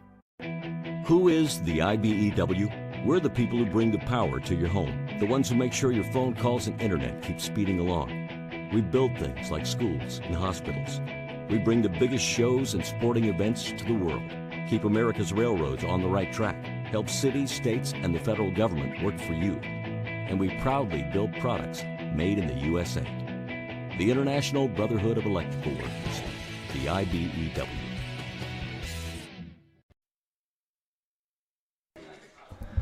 Chowski will lead off. It'll be 8-9-1 in this seventh inning. The Oilmen need some offense. They trail it by a score of 7-1 as we hit the seventh, but here's a first pitch strike in the count 0-1. Especially when the game gets a little lopsided late in the game, but really anytime we like to, when we can, work in some trivia to the broadcast. If you've been listening to me and to us for a long time, you know this. Here's a pitch taken outside for a ball, 1 ball and 1 strike. Jackson, are you ready for maybe a little trivia as we move through the seventh inning here? You know I'm always ready. All right, very good. 1 ball and 1 strike. Here comes the pitch on the way. It's taken for a ball, the count 2-1. Zach, are you ready for some trivia here in this inning as well? Zach is standing by. Now, traditionally this has been known as the Beat the Bork Trivia Challenge. 2 balls and a strike, the count on Stachowski. Here comes the 2-1. This is swung on and lifted in the air on the infield. It's a pop fly. It's going to be the second baseman underneath it, and gloving it is Imlock for the first out of the seventh inning. We call it the Beat the Bork Trivia Challenge because our longtime producer and scorer, David Bork, was pretty good at these trivia questions, so I'd always have my broadcast partner, whoever it was over the years, face off with David in a trivia game. Many times to no success of the broadcast partner. But now, Zach, not only have you taken on the mantle of everything else that David did, which we're learning was quite a bit. Here's a pitch taken for a ball on the count 1-0 to keep us on the air. And you're doing so very nicely, by the way. But we'll also see how nicely you can take the role of the trivia game. Here comes the 1-0. Here's the pitch on the way to Little. It's taken outside for a ball. It's 2 balls and no strikes. And Kevin Redfern was kind enough to come up with a name here, a former broadcaster in the league. The count is 2-0, high for a ball, 3-0. He suggested the Crack the Car Trivia Challenge instead of Beat the Bork. 3-0 on Little, 1 out, nobody on. We're in the seventh, 7-1 in favor of Lake County. This is inside for a ball, and it's ball 4. And really not close to the zone there was Pizer in that plate appearance. He did walk 1 and give up 2 hits in the 6th inning. He's back out for his second inning of work. And it'll be the top of the order, and Jaden Comia. 7-1 again, the score with Comia standing in. So here's how it works. There'll be multiple answers, kind of go back and forth naming potential guests. Here's a pitch taken high for a ball. The questions usually have several different correct answers. In this case, 3 different answers. You'll understand that more once I give the question. We invite you to play along at home. If you'd like to jump in the comments on the Facebook page with your trivia guesses, I'll monitor those. This is high for a ball, 2 balls, and no strikes. We'll get the question maybe after Komiya bats here. 2-0 the count. 1 out, 7-1 the score. Here's the pitch on the way. It's foul. Let's go ahead and give it right here. As a Cubs fan, I had to jump in with a Cubs question here to start things off. Christopher Morel recently tied a Cubs record with home runs in 5 straight games. He tied 3 others who have homered in 5 straight games with the Chicago Cubs. And who are the 3 that he tied? Here's a swing and a miss, and the count is 2-2. So Jackson, we'll give you the first crack at this here. Whenever you want to chime in, I don't know, are you a Cubs fan first of all? Yeah, grew up a Cubs fan. All right, very good. I can't remember, Zach. I think you are not. Oh, you are. Okay, that's very good. This is taken for strike 3 call. Caught looking here was Komiya. Nice job bouncing back by Pizer. He issued the walk a moment ago. Now 2 outs and 1 on, and that'll bring up Scott with a score 7-1. So everybody's on an even playing field here in terms of Cubs knowledge. And Jackson, you have a guess? You can chime in whenever. Yeah, I'm thinking Chris Bryant here. Chris Bryant is not correct. Good guess. The 3 that Christopher Morel tied. Zach, whenever you would like to jump in. Here's pitch high and in for a ball. I'll have to repeat Zach's guesses because obviously he does not have a headset on. And he says Sammy Sosa. This is high and inside for a ball. 1 ball and no strikes on Scott. That is correct. Sammy Sosa. 1-0 is high, 2-0. An early hole here, Jackson, to try to climb out of, much like the Oilmen are trying to climb out of a 6-run deficit. 2 outs and a runner on first base here in the 7th inning with the first edition of the Crack the Car Trivia Challenge taking place. The 2-0 is high for a ball. And again, feel free to play along at home and drop your guesses in the Oilman Facebook page comments. Or you can text me if you have my number. Here's the 3-0. This is inside for ball 4 as Scott works the walk. And 2 walks in the inning. Scott has worked 2 for the game now. He's 0 for 2, but does have 2 walks. He's had 2 walks in each contest here in the early stages of the season. So he's shown some good patience up there, drawing 4 walks in the 2 games. 2 outs and 2 on, both reaching via the free pass. Pizer has walked 3 now in his inning and 2/3 so far. And Brendan O'Connor will bat with runners at first and second and 2 down. The Oilmen trying to take a bite out of the 6-run lead. First pitch is a called strike, and the count 0-1. I think I have my guess in. All right, go ahead. Is Jason Hayward up there? It is not Jason Hayward. 0-1 on O'Connor. Here's the 0-1. Swinging a grounder foul left side. 0-2. It's in the history of the team. You might have to think a little bit further back than that World Series team. Soriano, not correct, but a good guess, Zach. Alfonso Soriano. If we get to the next inning, I'll start to give some hints. 2 outs and 2 strikes, 7-1 the score. Oilmen runners take their leads from first and second. It's Scott at first and Little at second. Ahead 0-2 is Pizer. He delivers way high for a ball. You've walked 2 in the inning. You're ahead 0-2. Sometimes you do like to waste one there, but once you waste one and it goes to 1-2, and you've already had some command issues in the inning, you decrease the margin for error just a tad bit. 1-2 on O'Connor. Here's a tapper foul toward third and wide of Adam Enright, who's posted up in the box at third. Adam Enright, a successful season at Trinity Christian during the spring season, where he's the head coach of the Trolls, as they have shown great improvement in his time as their head coach from year 1 to year 2. Played in the postseason this year. Here's the 1-2. This is swung on and fouled out of play. Just finished things up, much like I did at Valpo earlier this week with my SID duties there. Adam was coming right back and cranking it right up with Summer League. Of course, researching is strictly forbidden, whether you're playing along at home or if you're here in the booth for the trivia game. 7-1 the score, 1-2 the count. Here's the 1-2. Swinging a line drive to left, is going to get down for a base hit. Round third, trying to score here is going to be Little. Here comes the throw, and it's going to be cut off. It's a run-scoring single for Brendan O'Connor. The Oilmen get one and make it a 5-run game here. Give O'Connor an RBI. Scott holds it second. O'Connor with the single, and now a 2-out run has moved the Oilmen a step closer. It's 7-2. Can't be Ernie. I can't think of anyone here. Ernie Banks is not correct. This is taken for a strike, and the count is 0-1 on Bilecki. Again, the question, Christopher Morales tied a Cub record with homers in 5 straight games. He tied 3 players. One is Sammy Sosa, and Zach, do you have the year on that one, by the way? I know bonus points, but just for fun. The year on Sosa's string of home runs. Swing and a miss, it's kind of easy. 0-2.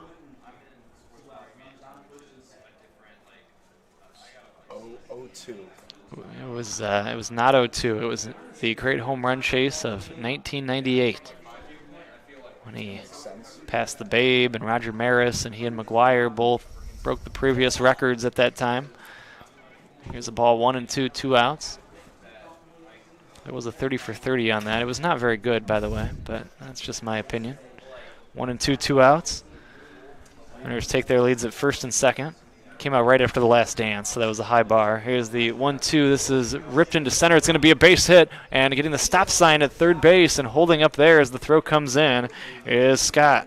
So Scott gets held by Enright to third. O'Connor moves up 90 feet to second. It's a single to center off the bat of Bilecki, and now the bases are full of Oilmen with 2 outs here in the 7th inning. We've reached a key moment in the game. We'll get back to the trivia in the next half inning, but let's see how the top of the 7th inning is resolved, as Pizer has issued 3 straight base runners after there was 2 outs and a runner on first, a walk, an RBI single, and then a single to load the bases by Bilecki. And now Brennan Phillips, who's 0 for 2 plus a walk, will stand in with the bases full. First pitch to him, zips in there for a strike, and it's 0-1. And this is exactly the position you want to be in. Bases loaded, chance to get right back in this, score 4 runs, and bring it to a 1-run game. 0-1 on Phillips. Here's the 1-strike pitch. It's high and outside for a ball, and the count evens out at 1-1. There is nowhere to put Brennan Phillips. A base hit could really take a nice bite out of the 5-run deficit. The Oilmen have scored once in the inning to make it 7-2. This is swung on and fouled back to the screen, and now ahead in the count is Pizer. 1 ball and 2 strikes. And Phillips is going at it. You can tell he wants this, just as I'm sure everyone else on base does. 1 ball and 2 strikes, the count on Phillips, with 2 down in the inning. Here's the set from Pizer, and his 1-2 pitch. Taken high for a ball, the count evens out. It's 2 balls and 2 strikes, with 2 down. Runners take their leads from all 3 bags. Deuce is wild here in inning number 7. Phillips trying to drive into, perhaps, right here. Here's the 2-2. Taken for ball 3. We go full at 3-2, and the merry-go-round of Oilmen will be in motion on this payoff pitch. It'll be head start time for all 3 runners. Anything toward a gap will clear the bases here. 3-2 with 2 outs. A base hit to the outfield will certainly drive in 2. Now, here comes the payoff pitch. Swinging a foul at the plate, and it remains full at 3-2. And a broken bat, perhaps, for Phillips. He's going to need a new piece of lumber. Yeah, when you're swinging that hard sometimes, that bat just doesn't want to stay together. 3-2, 2 outs, 7-2 the score. Oilmen down 5. This feels like a very important chance. If the CornDogs can minimize the damage to 1 run, feels like it's going to be hard for the Oilmen to come away with a win here tonight. But if the Oilmen can add to this uprising here in the 7th, they're still in this game. Here's the payoff pitch. It's swung on and fouled into the mitt of Stefanovic. He holds on. It's a swing and a miss, and Phillips is out on strikes. The Oilmen get 1 run, but they leave the maximum. 2 hits, and again, 3 left. It's time to stretch at Legacy Fields. It's Lake County 7 and the Oilmen 2 on the Northwest Indiana Oilmen Broadcasting Network. Did you know? They decorate over 210,000 cakes a year. Did you know? Their butcher will cut your meat your way. Did you know? They have trained floral designers in store. Did you know? They will make your wedding cake. Did you know? They have a variety of deli bakeable entrees. Did you know? Their online app has coupons and so much more. Who does that? Strachan Van Til. Now you know. Safety doesn't come in a box. It's not a banner that goes on a wall. It's not something you do now and then, or when it's convenient. It's using state-of-the-art simulators to better prepare for any situation. It's giving offshore teams onshore support, and it's empowering anyone to stop a job if something doesn't seem right. At BP, safety is never being satisfied and always working to be better.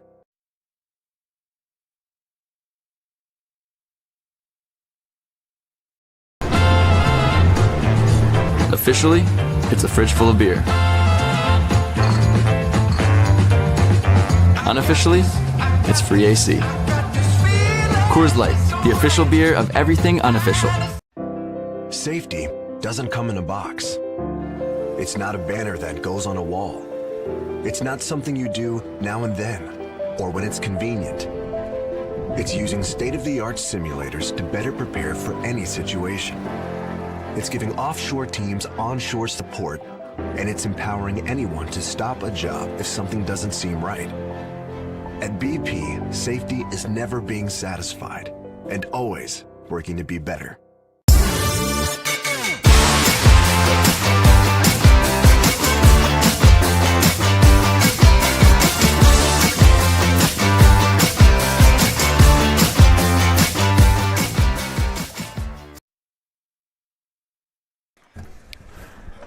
Tyler Locks is into pitch for the Oilmen. First pitch here is taken for ball one ball and no strikes. Drake Bowen is leading off the inning for Lake County. We're in the 7th inning.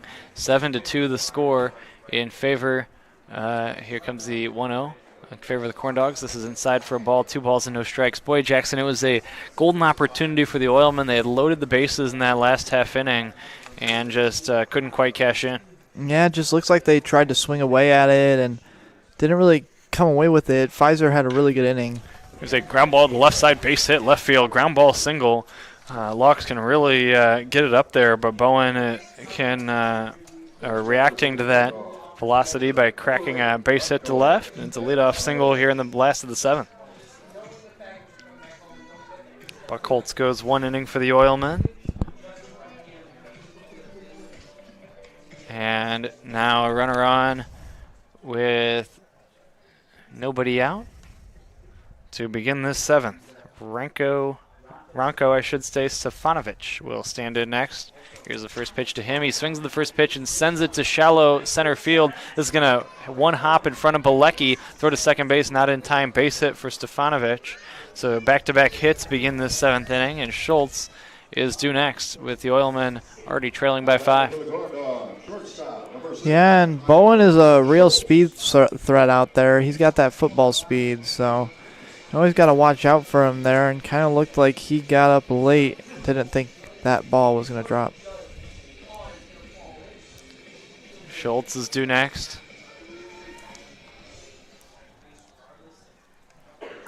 7-2 the score. Runners take their leads from first and second. Here's the pitch, swing and a miss, and the count 0-1.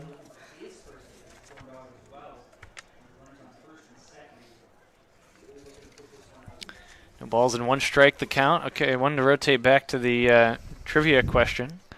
First of all, we had a texted in guest from former Oilman assistant coach Matt Vituli. He says, here's the pitch taken for a ball 1-1. He says, is Aramis Ramirez on the list? Good guess, but no. 1 ball, 1 strike on Schultz. And Zach, you had chimed in with a guess. Ryan Sandberg. That is correct. 1989, Ryan Sandberg. And with that, Zach, you have secured 2 of the 3 answers. So unable to crack the car tonight was Jackson. 2 balls and a strike, the count on Tyler Schultz. We'll still keep going for the final answer. Here comes the 2-1. This is high for a ball. It's 3 balls and a strike, 7-2 the score here in the 7th. Again, the question, Christopher Morel tied a Cubs record with homers in 5 straight games. He tied 3 players. Sosa was one in 1998, Sandberg in 1989. The other one, guys, was way back in 1928. Here's the 3-1. It's taken for a strike. We go full at 3-2. You can shout out a guess if you have it, either of you. Any thoughts on, I don't know how deep your knowledge is of the 1928 Chicago Cubs? No clue. Here's the payoff pitch. Swing and a miss, and that is strike 3. I could probably guess a few first names that were common enough to maybe be it. Billy Williams. He's not quite that old. Zach says Billy Williams. Heck and a miss, by the way, by Schultz a moment ago. And that is out number 1. Imlach will stand in next. 7-2 the score. Check the Facebook comments here, see if anyone has this final answer.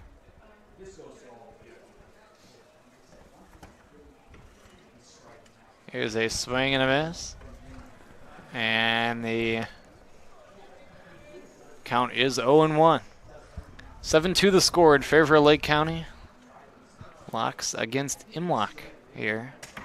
Saw Brandon Locks last night. And here's a pitch taken for a strike. The count 0-2. His older brother is Tyler. And this is a dangerous situation with Bowen on it in scoring position.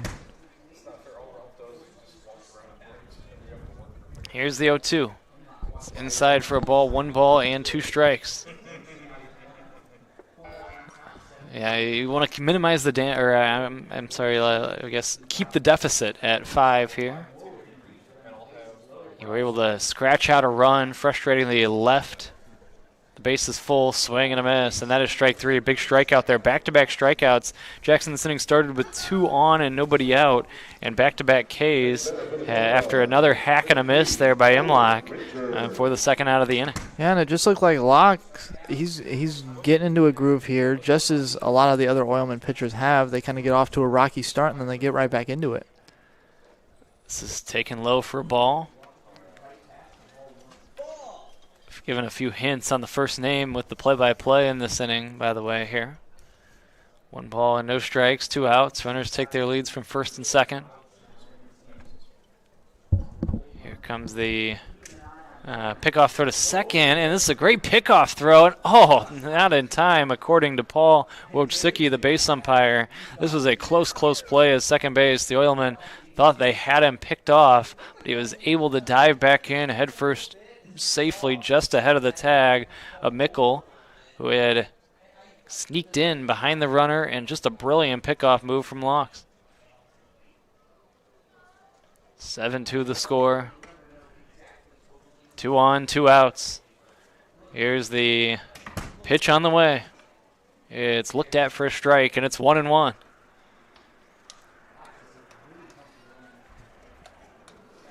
Winners did not take a hack at that last pitch. Here's the 1-1. This is low for a ball. It's a wild pitch, and the runners are going to move up to second and third. Now they throw to second, not in time. Ill-advised throw, but it didn't matter as it was a good throw, so it did not get away. But aggressive play to try to get Stefanovic, but fortunately the runner Bowen holds at third base. And no further harm after the wild pitch from Locks, but now a base hit could really break this game open. 2-1, the count on Winners. Swing and a miss, and now it's 2-2, 1 strike away from getting out of this inning. And that's really good for Locks here. A lot of Oilmen's pitchers have done this today where they get rocky, they get into a position where it looks like a run's going to score, and then they're able to get out of it, and Locks is looking like to keep the trend. 2-2 is a crack to the right side, a sliding attempt by Mickle. The second baseman's able to collect this. I thought he would play it, stay back and play this on a bounce and throw it to first. Instead, he slid for the ball, and he collects the low line drive for the 3rd out of the inning. And the side is retired here in the 7th inning. No runs, 2 hits, a few hacks and 2 left on base. Hack Wilson, the other answer. As we take it to the 8th, it's 7-2 on the Northwest Indiana Oilmen Broadcasting Network.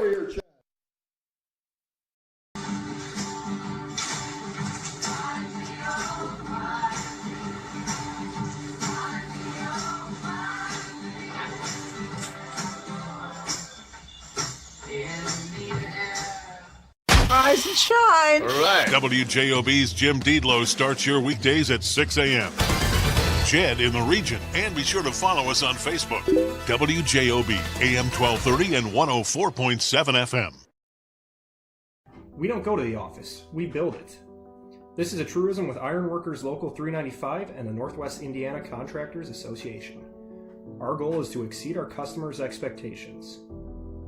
We provide a skilled, OSHA-trained, drug-free workforce, as well as many other certifications from our 4-year training program.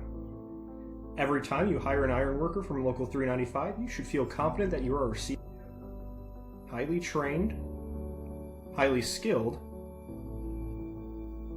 and drug-free journeymen and apprentices who take their job and your project seriously.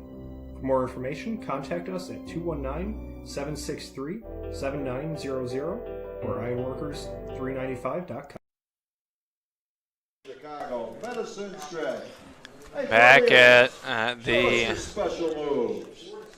Legacy Fields in Crown Point here. They are stretching out between innings. They do this stretch segment where they tell everyone to do arm circles and they count it off. 1, 2, between it. It's a little strange, to be honest, but everybody is stretched out here, and we're good to go as we get ready for inning number 8. 7-2 the score in favor of the Lake County CornDogs. The Oilmen, though, able to get out of that last inning without further damage. The first few CornDogs reach base, but then strikeout, and line out, and you're able to put a 0 on the board and keep it a 5-run deficit. Yeah, and here comes Adam Walters out to the plate for the CornDogs. He was really key in their win yesterday. He had a home run, first home run of the 2023 Northern League season, and now he's out on the mound hoping to close out this game for the CornDogs. Yeah, Walters takes over for Pizer on the mound after Pizer working the last 2 frames. And he is one of those guys who has the ability to play 2 ways, and Walters takes over here to face the 6, 7, and 8 hitters for the Oilmen. Baranowski takes the first pitch for ball 1, I believe. Here's the next offering, swing and a miss. Actually, strike 1, and the count is no balls and 2 strikes. Baranowski has struck out 3 times in this game so far. Swing and a miss. And the first pitch was ball 1. And the next 2 strikes. And now the count 1 ball and 2 strikes. And Baranowski was the one who was up at the plate when bases were loaded. So he definitely wants to redeem himself here. Yeah, he has struck out all 3 plate appearances so far today. But he had 2 hits yesterday. He scored twice, he walked, he drove in a run. So we saw a good day from Breck yesterday. It's not a good one here today. He strikes out for the 4th time, and that is the first out of this 8th inning. But thanks for everyone playing along. The first edition of the Crack the Car Trivia Challenge. Zach was victorious today, but Charlie will have a crack at him tomorrow when he joins me for the broadcast. Be studying. Here comes the pitch taken high for a ball. 1 ball and no strikes. 1 ball, no strikes on Mickle, who walked his first time. He's 0 for 2 officially today. Here's the 0-2. This guy has an interesting motion to home plate. This is ball 2, 2 balls and a strike. Kind of a herky-jerky delivery. He has a fast motion, and he slings it in there. Yeah, but it's whatever gets it done, and he's been able to throw strikes today. Swing and a miss, 2-1. His first inning of work here. 2 balls and a strike as Mike Clay delivers a new baseball. It's getting late for the Oilmen. You don't have much time. It was a key inning, I felt like, in that 7th. That base is loaded opportunity, you really wanted to take advantage. Yeah, and Breck Baranowski really looked like he was going after that baseball and got a hold of it a few times, just fouled it. And now we're here, 2-7. See if anything can happen here from Mickle. 2 balls and a strike on Mickle, who went 2 for 5 and drove in 3 last night. He checks his swing and did not go around. The count goes to 3 balls and a strike here on Mickle. And Walters has just been playing really well. He did play yesterday as a batter, so good to see him out there pitching. Here's the 3-1. It's low for ball 4. So a walk issued to Mickle. Let's see if that leads to bigger and better things for the Oilmen offense. And Mickle does have a stolen base today, so you know he has that speed. Walters will be watching out. You figure probably down 5. Most likely you'll be careful on the bases because you're thinking big inning here. You're not just playing for 1 run. But you never know. Maybe to make things happen, the Oilmen could put him in motion. Here's the first pitch to Strzalski. Takes a ball inside. 1 ball and no strikes. Thanks everyone for tuning in tonight. A happy Memorial Day weekend to you. Good to have you with us on the Oilmen Broadcasting Network. Here's the pitch taken for a ball. Oilmen down tonight. They fell last night, but it's a long, long summer. A 55-game season for the Northwest Indiana Oilmen. And the Oilmen have had some years where they've had really slow starts, and in a couple of those years, they've gone on to win the championship. So the first week or so, not always indicative of how the season's going to go. This is going to get away for a ball, and advancing to second is Mickle here safely as that pitch came in the dirt. He had a good dirt ball read on it. It's a wild pitch. I had to take another look at it there because he made this to second so quickly I thought maybe he was in motion with the pitch, but he just read it when it was in the dirt, and it goes as a wild pitch. Here comes the 3-0, swing and a miss. Swinging a ground ball to down the third baseline fair, and this is going to be a base hit, and scoring easily from second is Mickle, and that is going to make it a 7-3 game. So the speed of Mickle plays a factor here. He's able to get to second on the wild pitch. When he gets on base on the walk, good things happen. Strzalski hits one sharply past third and fair, and that allows Mickle to come in and score and make it 7-3. Yeah, and that's just exactly what you need if you're the Oilmen. Something to give you confidence, see if you can't get back into this. Here's a ground ball through the center of the diamond. Nice play by the second baseman, Imlock. Step on second, 1 throw to first. That's a double play. Boy, this could have easily been a base hit for Little. A chopper up the middle past the mound, and Imlock makes a nice play behind second, and it goes 4-3 on the double play to end the inning. The Oilmen settle for the 1 run. They do it on 1 hit, and they leave none. We have played 7.5. It's 7-3 in favor of Lake County on the Northwest Indiana Oilmen Broadcasting Network. First time in 30 years, Coors Light has an ad in the big game. Actually, this is a Miller Lite commercial. Mountain Cold Refreshment. It's Miller time. Great taste. Let's fill it. Cold as the Rockies.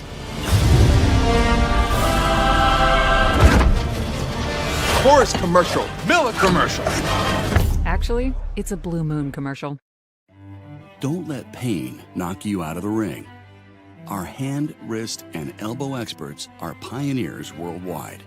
You need us in your corner. Midwest Orthopedics at Rush. Make an appointment today. BP's natural gas teams use smart app technology to share data from any well instantly, so they can analyze trends and stop potential problems in their tracks, because safety is never being satisfied and always working to be better.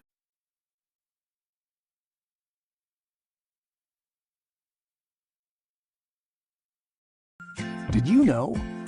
They decorate over 210,000 cakes a year. Did you know? Their butcher will cut your meat your way. Did you know? They have trained floral designers in store. Did you know? They will make your wedding cake. Did you know? They have a variety of deli bakeable entrees, Did you know? Their online app has coupons and so much more. Who does that? Strike and Van Til. Now you know. Back we are for the bottom of the 8th inning. There's a new pitcher on the mound, and it's Connor Spear in the game for the Oilmen. We saw Locks pitch an inning, and now Spear out there for an inning of work. Spear guy, four-seam fastball, tops out at 92, ranges from 81 or make that 88 to 91. Changeup, cutter, and a curve comprising his 4-pitch mix. He's a guy who's had some experience at the professional level, and we talked about it last night. The league rules now allowing you to have some of these players who are beyond their college years, and it adds a new level of competition to the league. And Spears, one of those veteran guys, he pitched for the Oilmen back in the 2019 campaign, and here he is in 2023 taking the mound for Northwest Indiana. The UW Whitewater product has pitched at the pro level. He had some different opportunities that nearly happened or could have happened for this summer, but instead here he is, and he comes out to the Northern League and a chance to pitch for the Oilmen here. So I'm excited to see his stuff over the course of this season. Oh, definitely, and you know it's definitely leadership for this team, and you love to see the inclusion of these former professional athletes into the Northern League that can be a leadership role for everyone. And no question, and a chance for him to continue his career, a chance for the fans in the league to see some really quality pitching with some of these arms the Oilmen have added by virtue of this newer rule in the league to kind of create a mixture of a professional type league with the college league that we've come to know over the years. Here's ball one to Gavin Terry in the count, 1 ball and no strikes. 7-3 CornDogs. We are in the 8th. Here's the 1-0. It's taken for ball 2, 2 balls and no strikes on Terry. Connor Spear. He pitched for the Southland Vikings at one time as well in this league.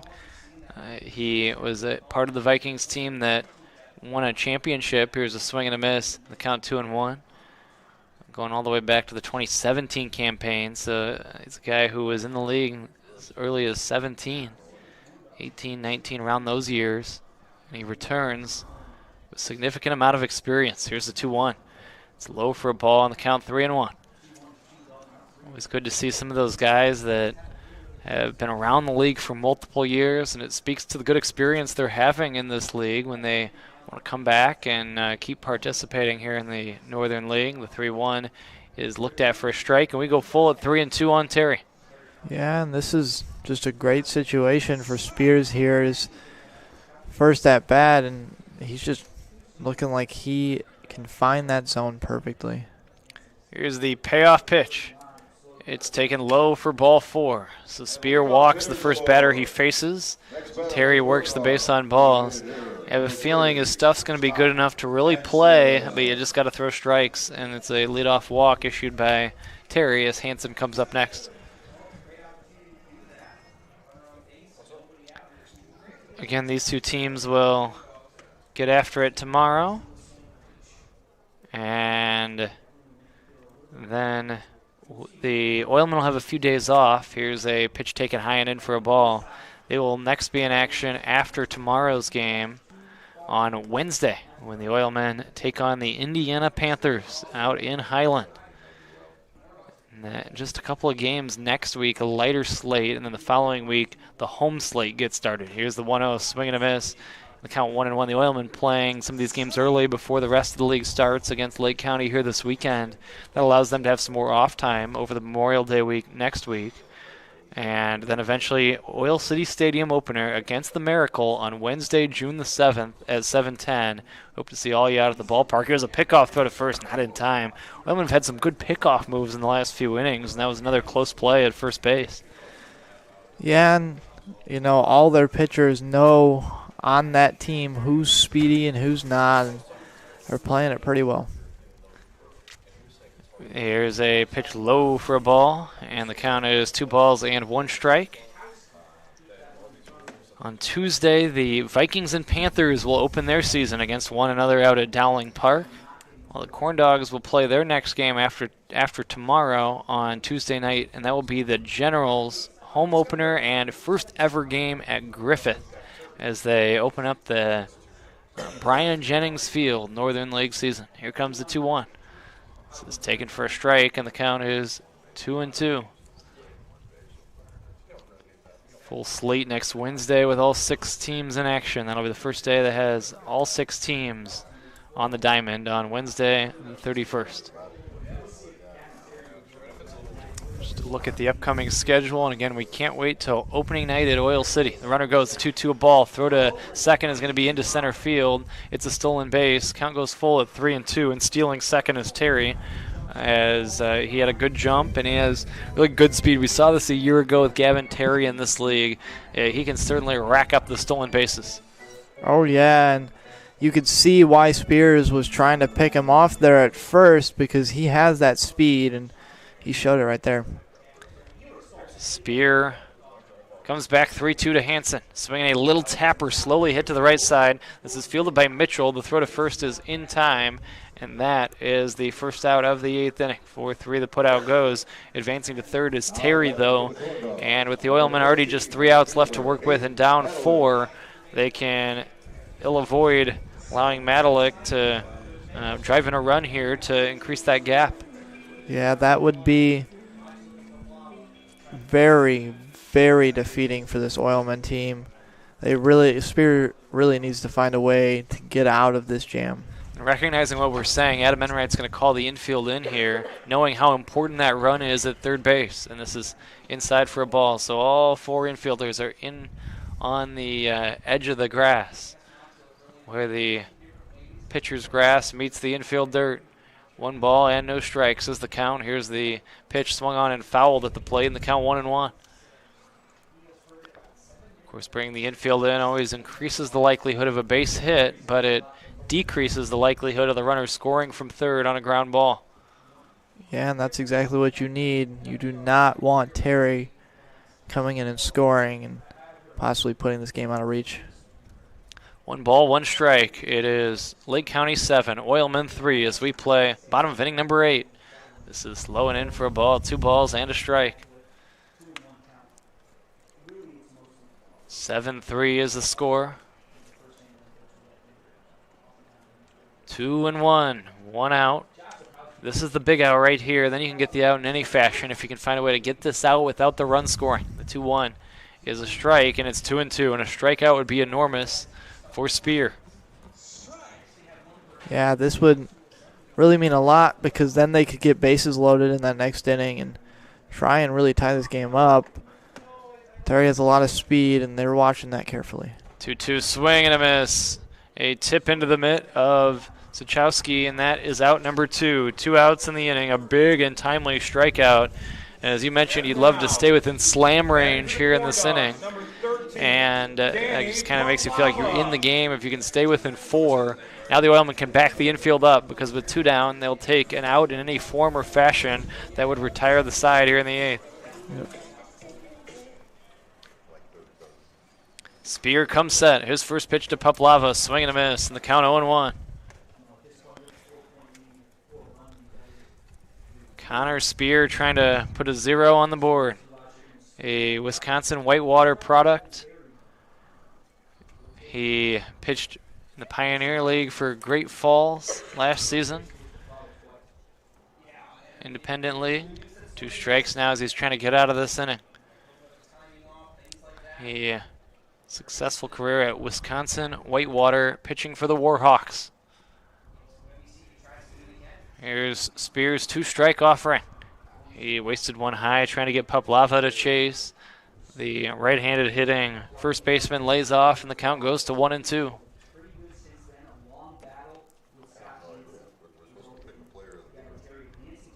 One and 2. 2 outs, 7-3 the score. Here comes the pitch. Swinging a foul right side, the count 1-2. One last popsicle. So they're promoting popsicles when foul balls are returned. Most of the summer that might be a good idea, but I'm not sure if anything cold is really going to appeal anyone to want to return a foul ball here tonight. Here comes the 1-2. Swinging a foul. There's another one. Yeah, I'd be surprised if there's any popsicles out there tonight. I mean, I would just return the foul ball and say you can keep the popsicle tonight. I'm Yeah. sorry, I'm a little too cold for a popsicle. It's only about 48 degrees. Yeah. 1 ball and 2 strikes, the count on Paplava. That's just me. Maybe hot chocolate would be better. Here's the 1-2. It's inside. Look out. Hit by a pitch is Paplava. It was in on the hand. Spear nails him. And now no hits in the inning, but 2 on, a walk, and a hit batter. Runners at first and third with 2 down. That'll bring up Drake Bowen. Maybe some earmuffs. That would be an option. Maybe even a scarf, blanket. Yeah, all these items that we listed last night. Yeah. The earmuffs, I think, would be a good one. If you return a foul ball, they might not have enough earmuffs available for that, so I guess they'll have to stick with the popsicle. Here's a swing and a miss, and the count 0-1. But again, when you plan these promotions, you probably don't think it's going to be 50 degrees. No. 0-1. Most of the summer league games over the years have all been at minimum in the 60s. I mean, I don't remember too many games in the 50s before the last 2 nights. Here's the 0-1. Swing and a foul, and the count is 0-2. It's not as cold as it was last night, but still brisk. Yep, and I'm sure it's still having an effect on everyone out on the field, but must feel better playing out there than it was yesterday. 0-2, 2 outs, 7-3 the score. Spear trying to put a 0 up there. Bowen swings and comes up empty. That is strike 3. A 3/4 hack. He was fooled badly, chased one out of the zone, and the inning ends. No runs, no hits, and 2 left for Lake County in the 8th. We go to the 9th. The Oilmen are still within striking distance. I hope you won't go anywhere. It's Northwest Indiana down by a 7-3 score on the Northwest Indiana Oilmen Broadcasting Network.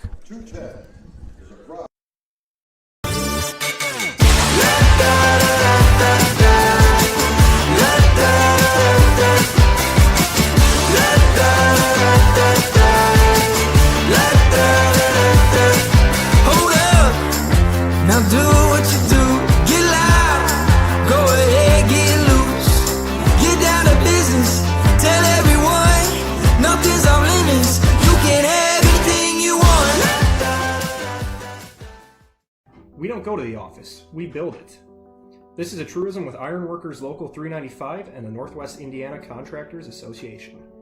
Our goal is to exceed our customers' expectations.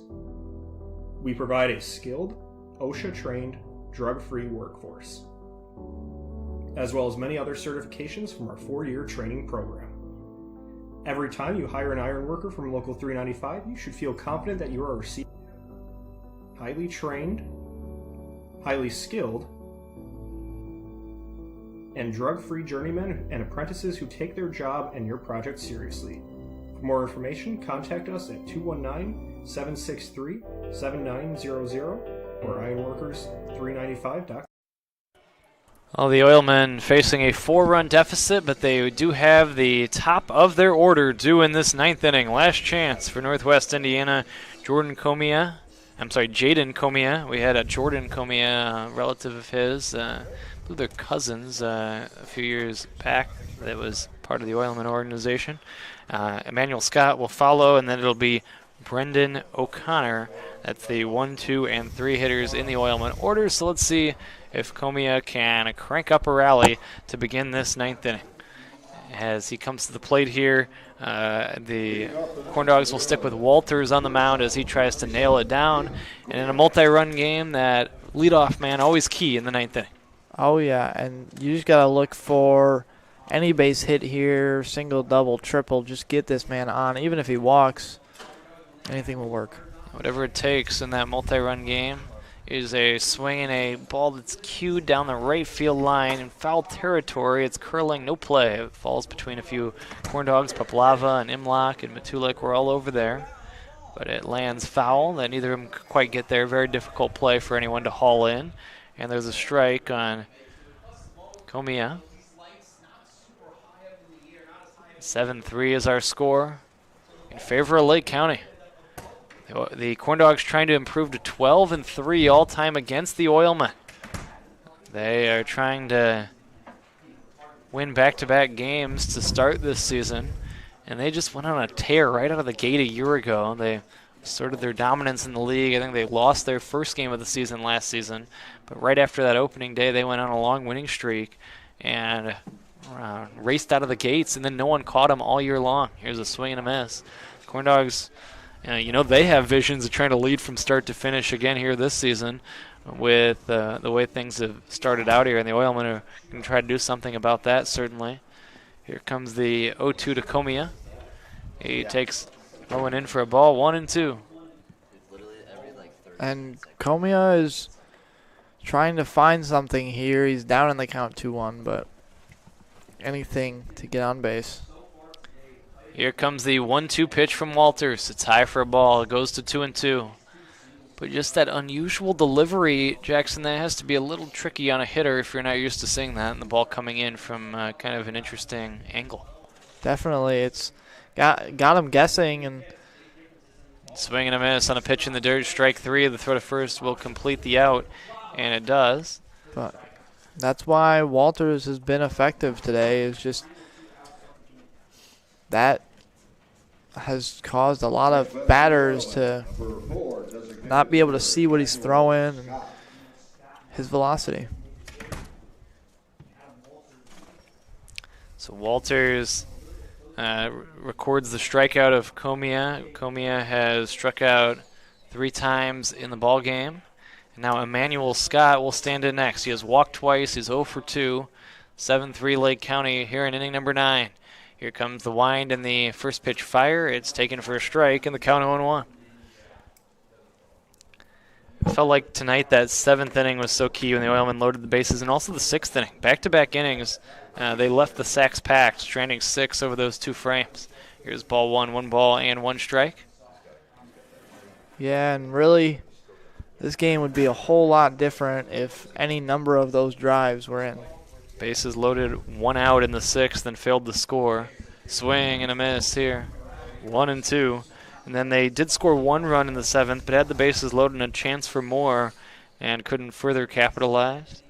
It felt like you needed crooked numbers in those innings. Yep. The 1-2 is swung on and lifted in the air. Long run for Matulik. The right fielder will watch this one sail out of play, and it remains a ball and 2 strikes on Emmanuel Scott. Big performer has been Brendan O'Connor. He has been on base all day long, including an RBI triple. 3 for 3 plus a walk, and he's driven in 2. And he is in the on-deck circle. So you love Scott to reach before he comes up there, the way he's been performing offensively today. The 1-2 swing and a miss. That is strike 3. 2 outs and nobody on. Back-to-back strikeouts to start the inning, and 3 for the game in his 2 innings of work for Walters. Yeah, and you got to imagine O'Connor is just going to try and make contact, get something down, and just get himself on base, give him a chance. 2 outs, and the base is clear. Here comes the pitch on the way, taken for a strike, and the count is 0-1. O'Connor standing in. The Oilmen trying to avoid slipping to 0-2. This is swung on and lifted foul out of play. Lake County trying to nail down the victory and improve to 2-0 on the young season. The starters are the pitchers of record.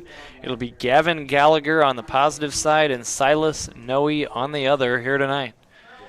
We will do it again tomorrow night with a 6:50 pregame and 7 o'clock first pitch. This is taken high for a ball on the count 1-2.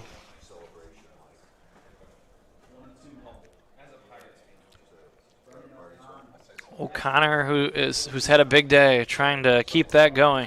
Walters trying to strike out the side. The 1-2 pitch. It swung on and lifted in the air. This could do it. It's the second baseman, Imlock. He's under it on the outfield grass. He makes the catch, and that's the way this one comes to a close. The Oilmen go 1-2-3 in the 9th, and the Oilmen have dropped 2 straight to Lake County to start this season, falling in this ball game here on a Friday night by a score of 7-3. I want to thank everybody involved with our broadcast. Charlie Harris, Zach Carr, job well done. For Jackson Baker, Brandon Vickery saying, I hope you enjoyed. I'll talk to you again tomorrow night. 6:50 pregame, 7 o'clock first pitch. Once again, the final here, 7-3 in favor of Lake County. But please stay tuned. Postgame show is coming up.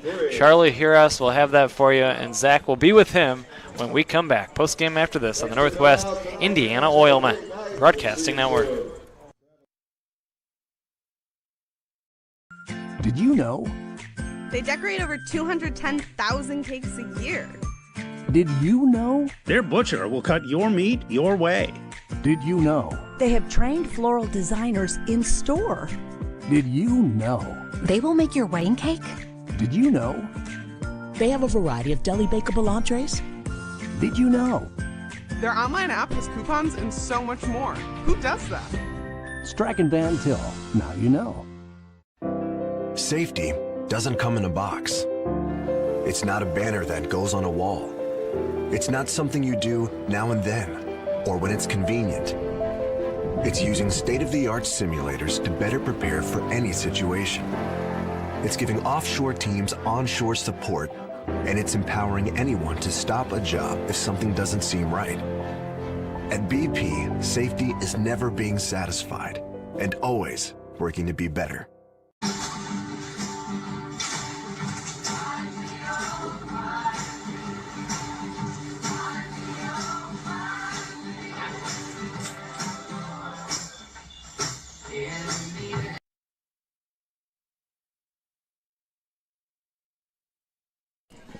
Hello and welcome back to Legacy Field here in Crown Point, Indiana. The Northwest Indiana Oilmen fall to the Lake County CornDogs 7-3. I'm Charlie Hirsch, alongside me is Zach Carr, and it was a different ball game today than it was last night.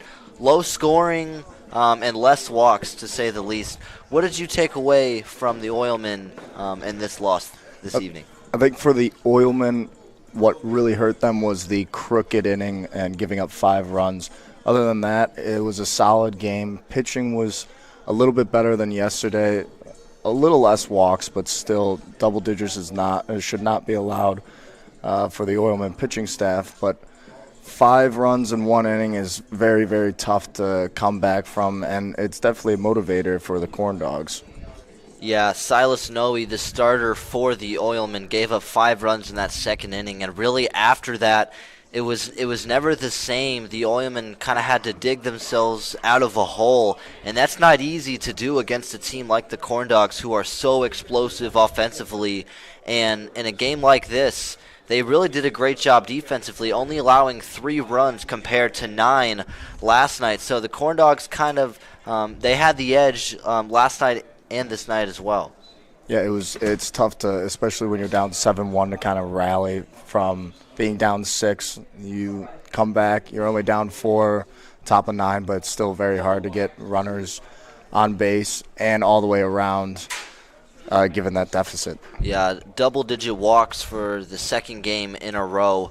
What needs to change going forward, not only tomorrow, but for the rest of the season, especially the early part of the season? What needs to change in this pitching staff moving forward, really? It's pitching to contact, maybe overthrowing a little bit, but you've seen that your defense can back you up. Might as well throw it in the strike zone and allow your defense to do what they do best and make plays for your pitchers. That's why they're out there. Yeah, last season the CornDogs took home the Northern League Championship. Last season had a record of 35-11. They start off this year with a record of 2-0, and we will be back here once again tomorrow night at 7 p.m. for the last of 3 games in this series. So make sure you are tuned in on Facebook Live tomorrow evening. But that'll do it tonight here from Legacy Field.